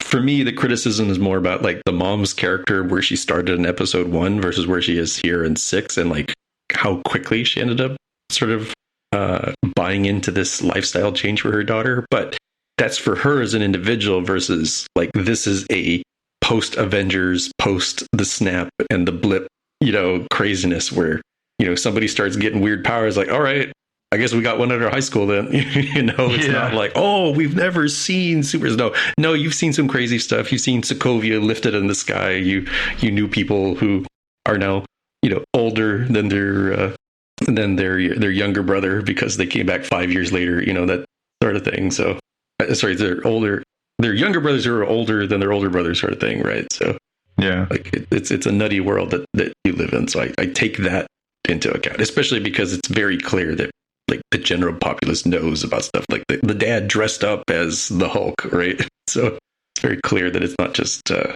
slow news days thing. This is something that's probably covered pretty heavily in their culture. Yeah. Right. Cool.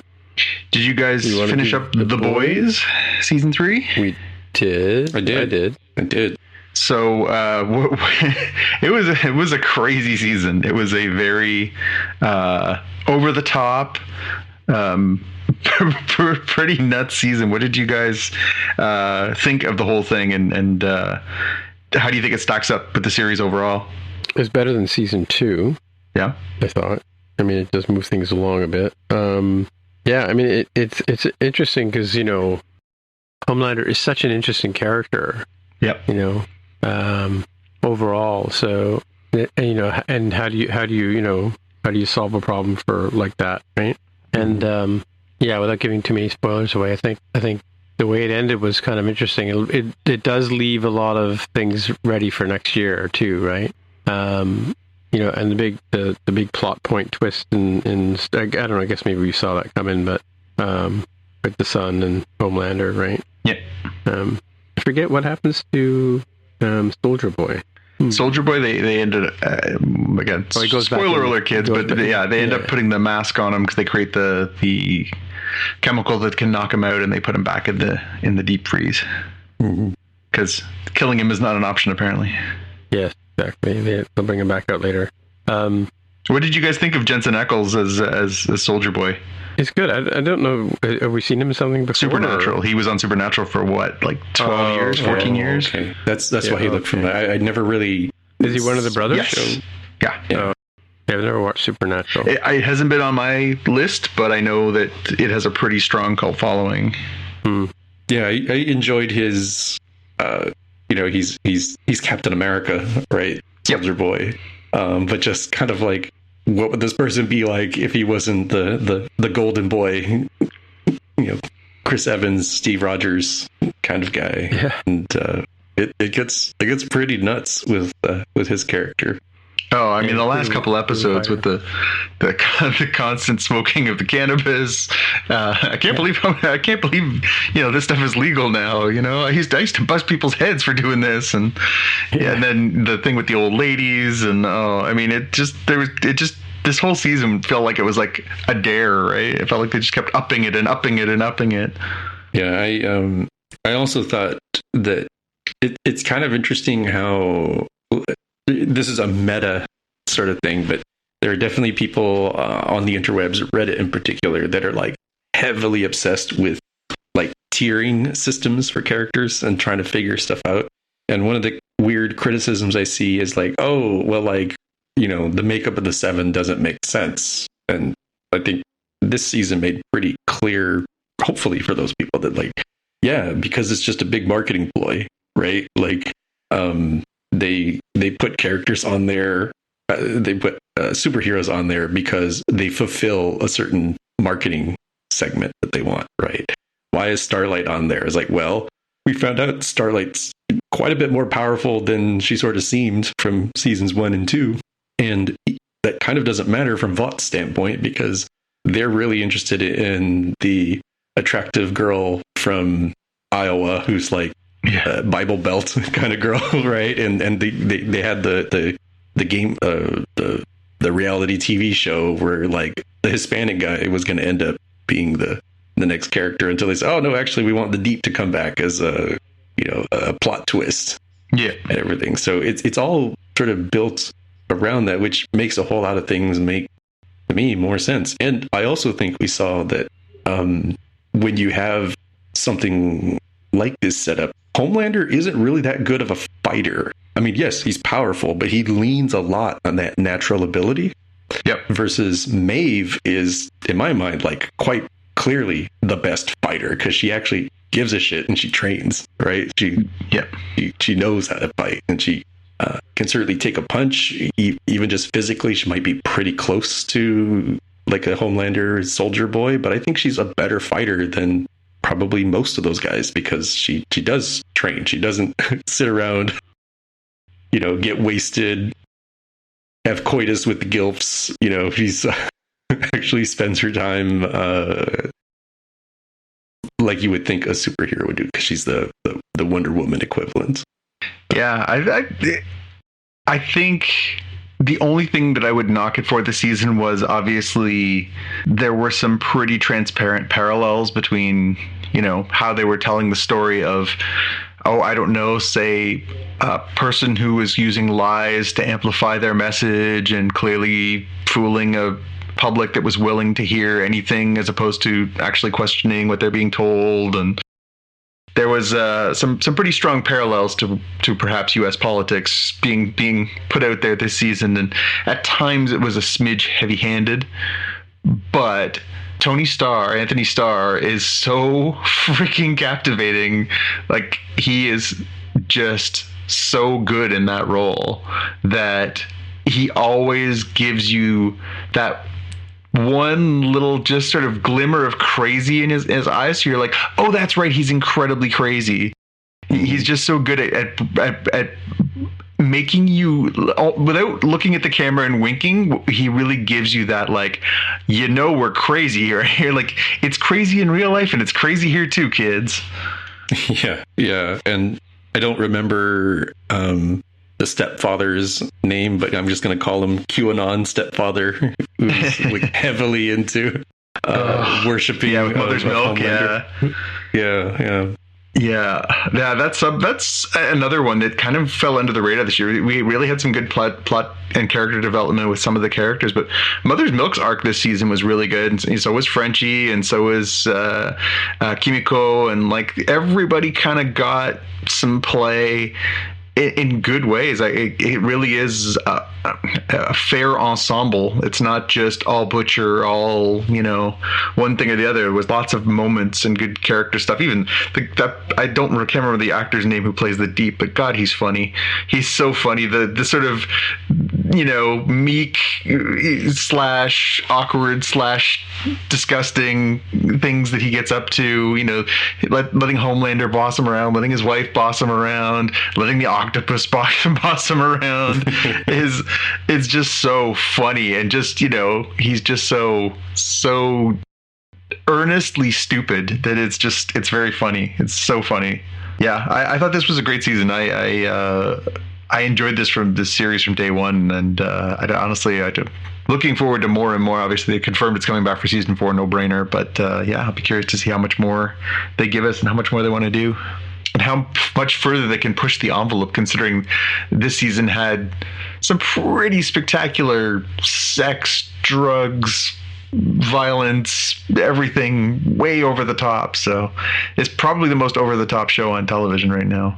Yeah, it's definitely pushing the boundaries on some of that stuff. I know that I read an article, I think around the time that one of the Deep episodes came out with the octopus, and surprisingly, Amazon's video studios, or whatever they're called, didn't actually have a standards and practices unit.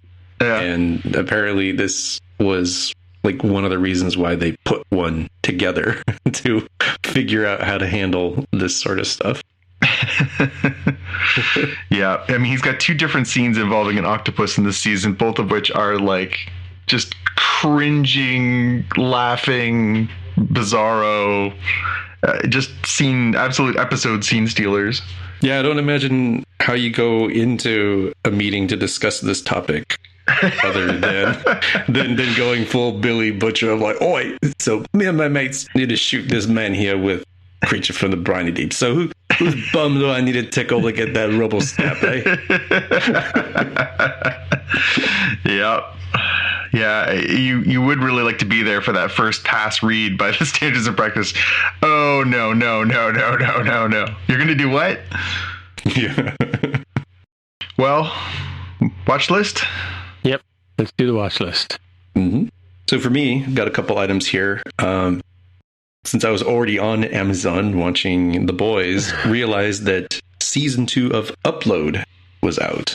Upload, if you don't recall, was the show that ponders what if you could have a digital afterlife where you get, when you die, they upload your consciousness to the cloud with all of its, subscriptions, app store, loot box kind of world applied to it. So this season carries on from the prior season. I don't want to talk too much about it, spoiling, and it does end with a pretty good cliffhanger. So I'm personally hoping they'll have a season 3.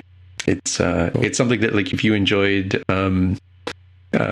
I know it's not a comedy, but if you enjoyed like Transcendence and other movies that wonder, can you transfer your consciousness to the cloud? What does that really mean? How does stuff happen for society when people, don't move on after they've died?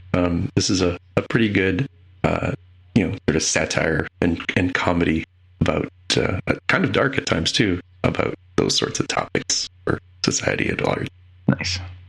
Other one I have is definitely on Paramount Plus in the States. I have no clue where this shows up in Canada and elsewhere, but that is South Park: The Streaming Wars Part 2. Don't remember if we talked about Part 1, but there is a Part 2 now for these. It almost feels like South Park doesn't really have episodes anymore. They just kind of have events every once in a while, which is interesting. But this one continues on with the idea of South Park, Colorado, having issues around water rights and where that goes. And this sequel or second part is pretty much a send up of all of the crypto companies that had celebrities pushing stuff like Matt Damon and Fortune Favors the Brave is used quite a bit here.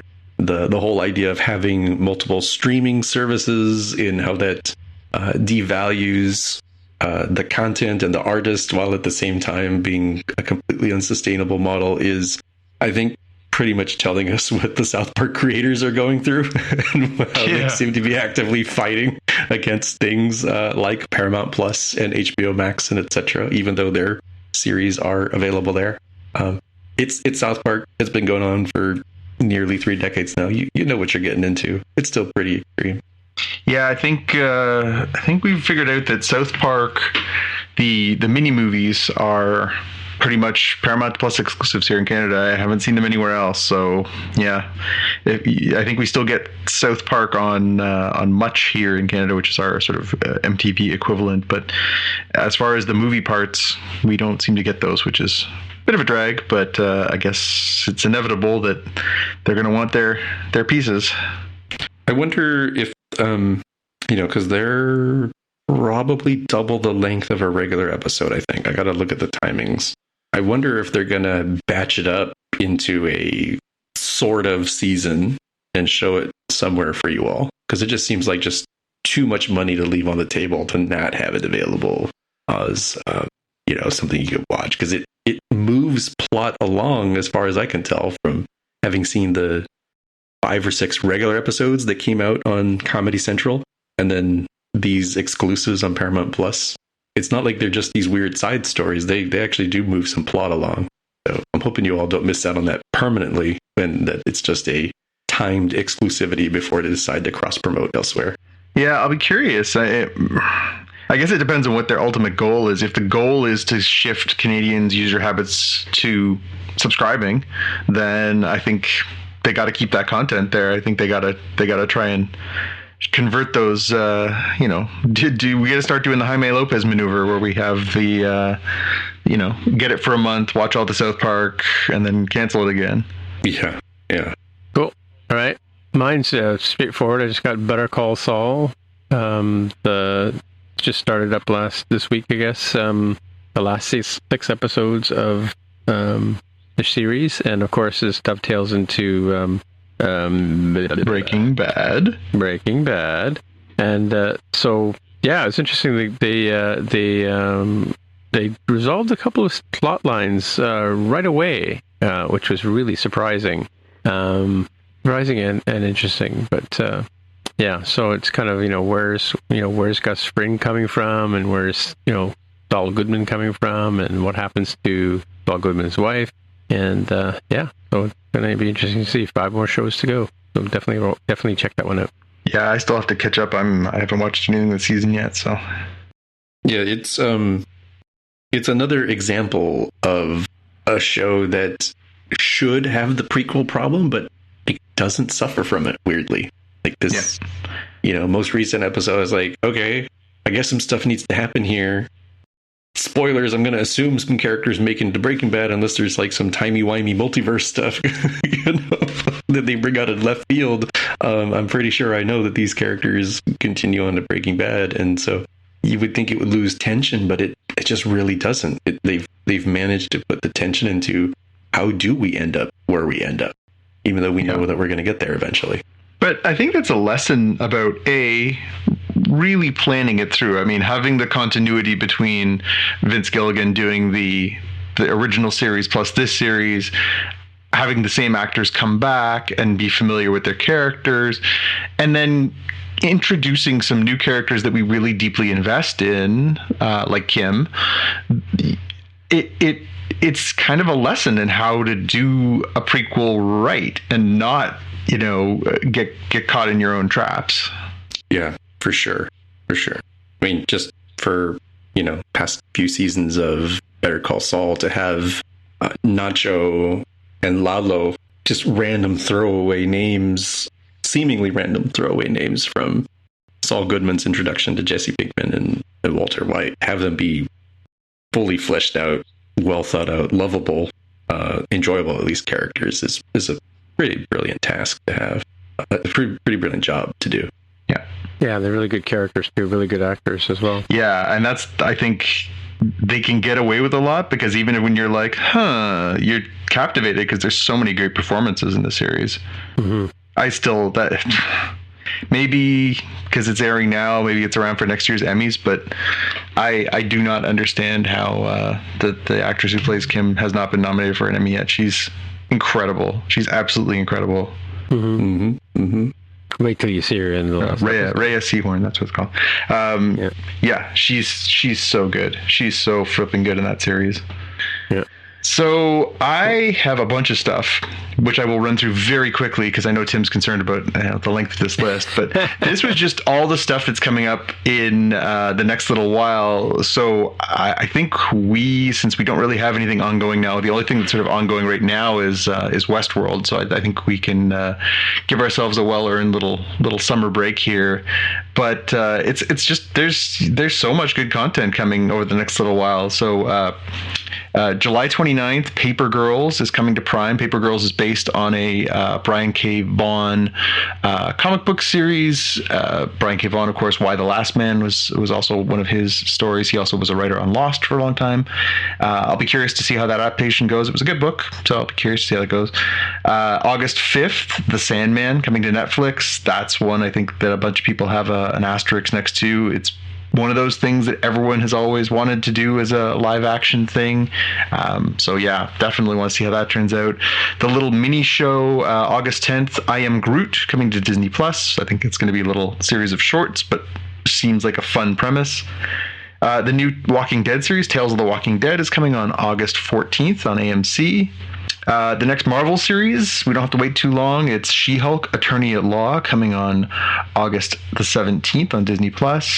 Then, of course, back to the Game of Thrones worlds with House of the Dragon on August 21st on HBO. And then we finally get our next Trek thing, which is Star Trek Lower Decks on August 25th. That's Paramount Plus in the States, or Crave or CTV Sci-Fi here in Canada. And then, less than a week after that, Andor, the next Star Wars series, is on August 31st on Disney+. And then another big, huge shoe dropping on Lord of the Rings, The Rings of Power on September 2nd. So, yeah, just seems like the nerds rule the earth right now, because there's so much mainstream sci-fi fantasy content coming. And there is no such thing as obviously seasons anymore. It's not like shows debut in September and end in April like they used to. But man, there's a lot of good content. I mean, The Sandman, She-Hulk, House of the Dragon, Andor, and Lord of the Rings. Those are 5 like heavy hitting series, all dropping within a month of each other. And during the summertime when people are busy outside doing stuff. So I'll be really curious to see how these things are all received and taken in. And I mean, again, we our cup runneth over in awesome sci-fi nerdiness. It's definitely a lot. And some of this stuff is getting pretty big money. I know we had talked about at some point the Rings of Power is getting like a few $100 million of budget from Amazon. So I think it's going to go down as the most expensive series ever made, like produced, with cost per episode. Yeah.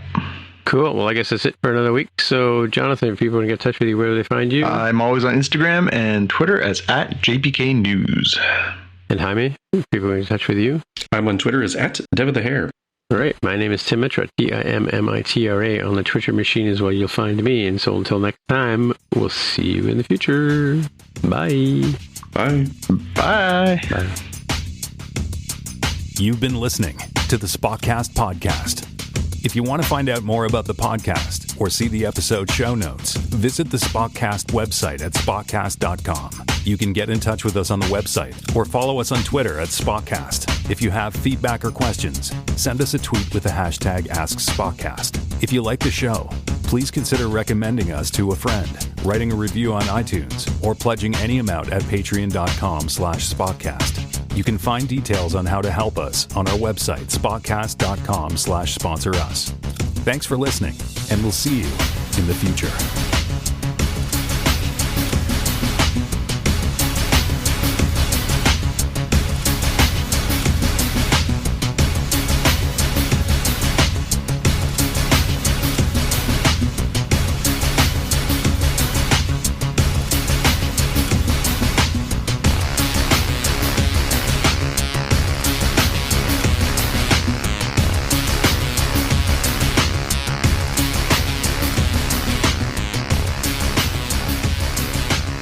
Like that. It's over.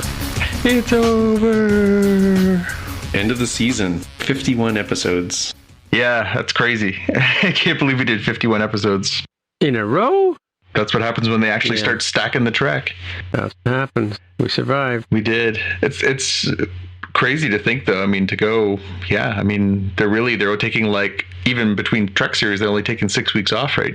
That's the only gap that they're taking so far. We've had at least one new Trek episode almost every single week since last fall, last summer. Mm-hmm. Yeah, and honestly, they could have honestly stretched it out even slightly further. We had occasions where we got a finale and a premiere the same day. This is challenging. Where you would think they would have just moved it 1 week and not had them back to back, but have them contiguous. I don't know how they make those decisions. They've got a little bit of a gap here. It would be a smaller gap, and maybe they want to get stuff done by some certain time. Who knows?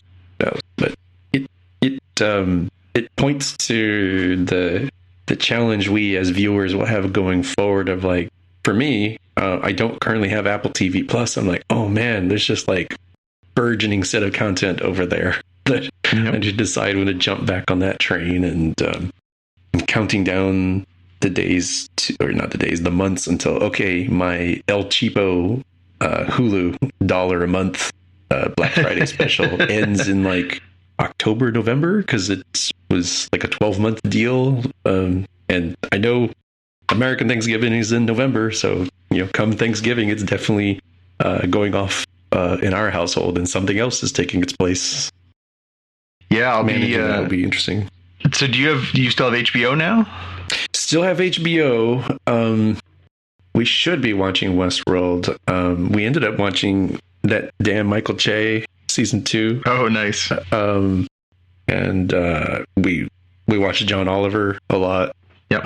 We technically wouldn't need to have it, but we've kind of just been lazy on it. Like we're gonna get into Westworld, and then things happen, and we just haven't caught up. So we'll probably end up binging and catching up on stuff.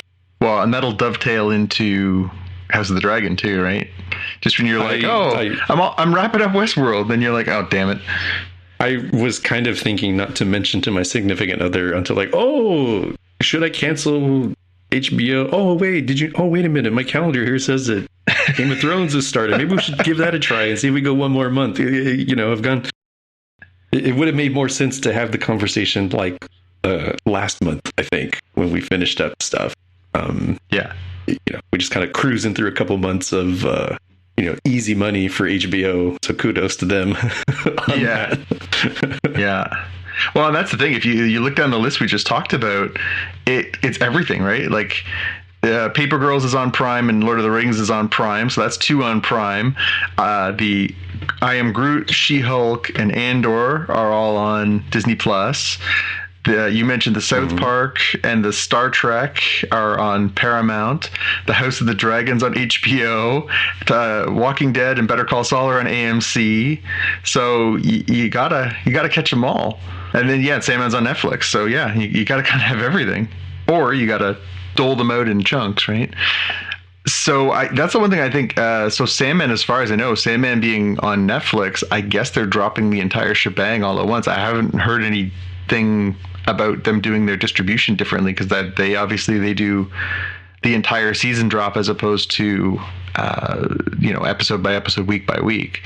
So that'll be an interesting one too, because it could be quite the buzz, but in typical Netflix fashion, if they drop them all at once, it'll be a big buzz for about a week, and then it'll drop off the face of the earth again. Yeah, we, for the very first time, have started having serious conversations in our household about dropping Netflix for a little bit until the next big thing comes. I dug my heels in a little bit and said, well, I kind of don't want to drop it now because I want to finish Umbrella Academy, and we're about halfway through the season, the 3rd season. So we'll keep it on for at least a little bit, but we might very well drop it for a month or 2 and switch on something else. Maybe Apple TV Plus, or maybe we'll just focus on HBO, or who knows? I got to look at the schedule and figure out what we're going to do. That's a big sea change, because we've long joked on this show, right? That like, I assume you have Netflix the same way I assume you have electricity and indoor plumbing, right? I mean, not everybody does, but like so many people do that I interact with, that I just kind of take it for granted. Yeah. No, it really is. It became so ubiquitous. It was everybody had it and everybody considered it an essential. But especially now, given the cost of it and the cost of everything else, I wonder. I did see a piece. I must admit, it's been a busy stretch. Obviously, I was traveling and everything, but I did see a headline that I did not have a chance to go back and read the article, which was that there is going to be a commercial enhanced platform for Netflix, a tier for Netflix, just like there is for Hulu, where they were going to add in ads and lower the price. So I'll be curious to see what the deal is with that one, as far as the cost and the how enticing they will make that. Yeah, and it's definitely a legit gonna happen thing, because they just selected Microsoft as the vendor for the ad system. Yeah. I don't know. You watch obviously with Paramount and Hulu. You get the commercial versions. How much better, worse, or otherwise is it? It can be a little frustrating when I might watch something on let's say Disney Plus or current Netflix, and just watch it straight through. Nothing is interrupting, and maybe it just depends on my mood, where if I'm kind of wanting to multitask, and I try very hard not to multitask during shows. It's like, oh, there's a little breather there. There's 2 minutes where I can check my phone for something, answer whatever dumb social media thing I'm doing, or Slack, at work or whatever stuff. It's sometimes nice to have that, or like, I gotta go use the restroom. I don't even have to pause it. I just let it run and do its thing.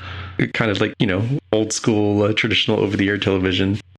So it's not bad, but it's definitely less than ideal. Like, I think it should be significantly cheaper to have ads, because I do think it is a degraded experience. With that said, I have gotten kind of lucky over, unless this is like some weird strategic thing, I've gotten kind of lucky with Paramount Plus and Hulu, where for whatever reason they've like not shown me ads for about a week. Oh, on anything I watch. I'm like, oh, I'm a little afraid to pause this because whatever screwed up the ad system might fix itself if I accidentally touch this remote. So I guess I'm watching this episode straight through without using the restroom or getting a snack or anything. I don't know what causes that, but I was like, okay, here's the scene. I'm pretty sure, the dun dun dun with Pike happened. This is where the commercial. Oh, no commercial. Okay, continue on. So it happens. Yeah. It happens. Yeah, it's the only thing that I watch regularly on traditional television anymore is live sports. And live sports, if you get a commercial break, you're like, okay, they're going to be off for 2.5 minutes, or if it's a halftime or an intermission or something like that, you got a little extra time. But it is sort of strangely nostalgic now, where you're like, ooh, I can go get a drink and come back and I won't have missed anything. It's weird. It's a weird thing. Yeah, and you get in kind of a weird spot where my significant other would be like, can we skip this? I'm like, no, we can't. I'm on real time. I can't skip these commercials. This is part of the viewing experience for this, in this case, YouTube TV, but just think of it as cable TV over the internet. Sometimes we can skip through those because we started the episode late. Remember how we got, done walking the dog like 10 minutes after the hour? It's like, well, we're starting to catch up to real time, and we did. Yep. So we can't go fast anymore. Yep, I've done that too. Same thing, where I'll pause something that's on a sporting event. I'll think, oh, I'm not going to get back. I have to go upstairs and do something that's take longer than the 2 minutes, and then I'll come back and then I'll watch the little bit. I'll be like, oh, now I can skip the commercials, and you end up catching up really fast. You're like, damn it, I really like this. Yeah.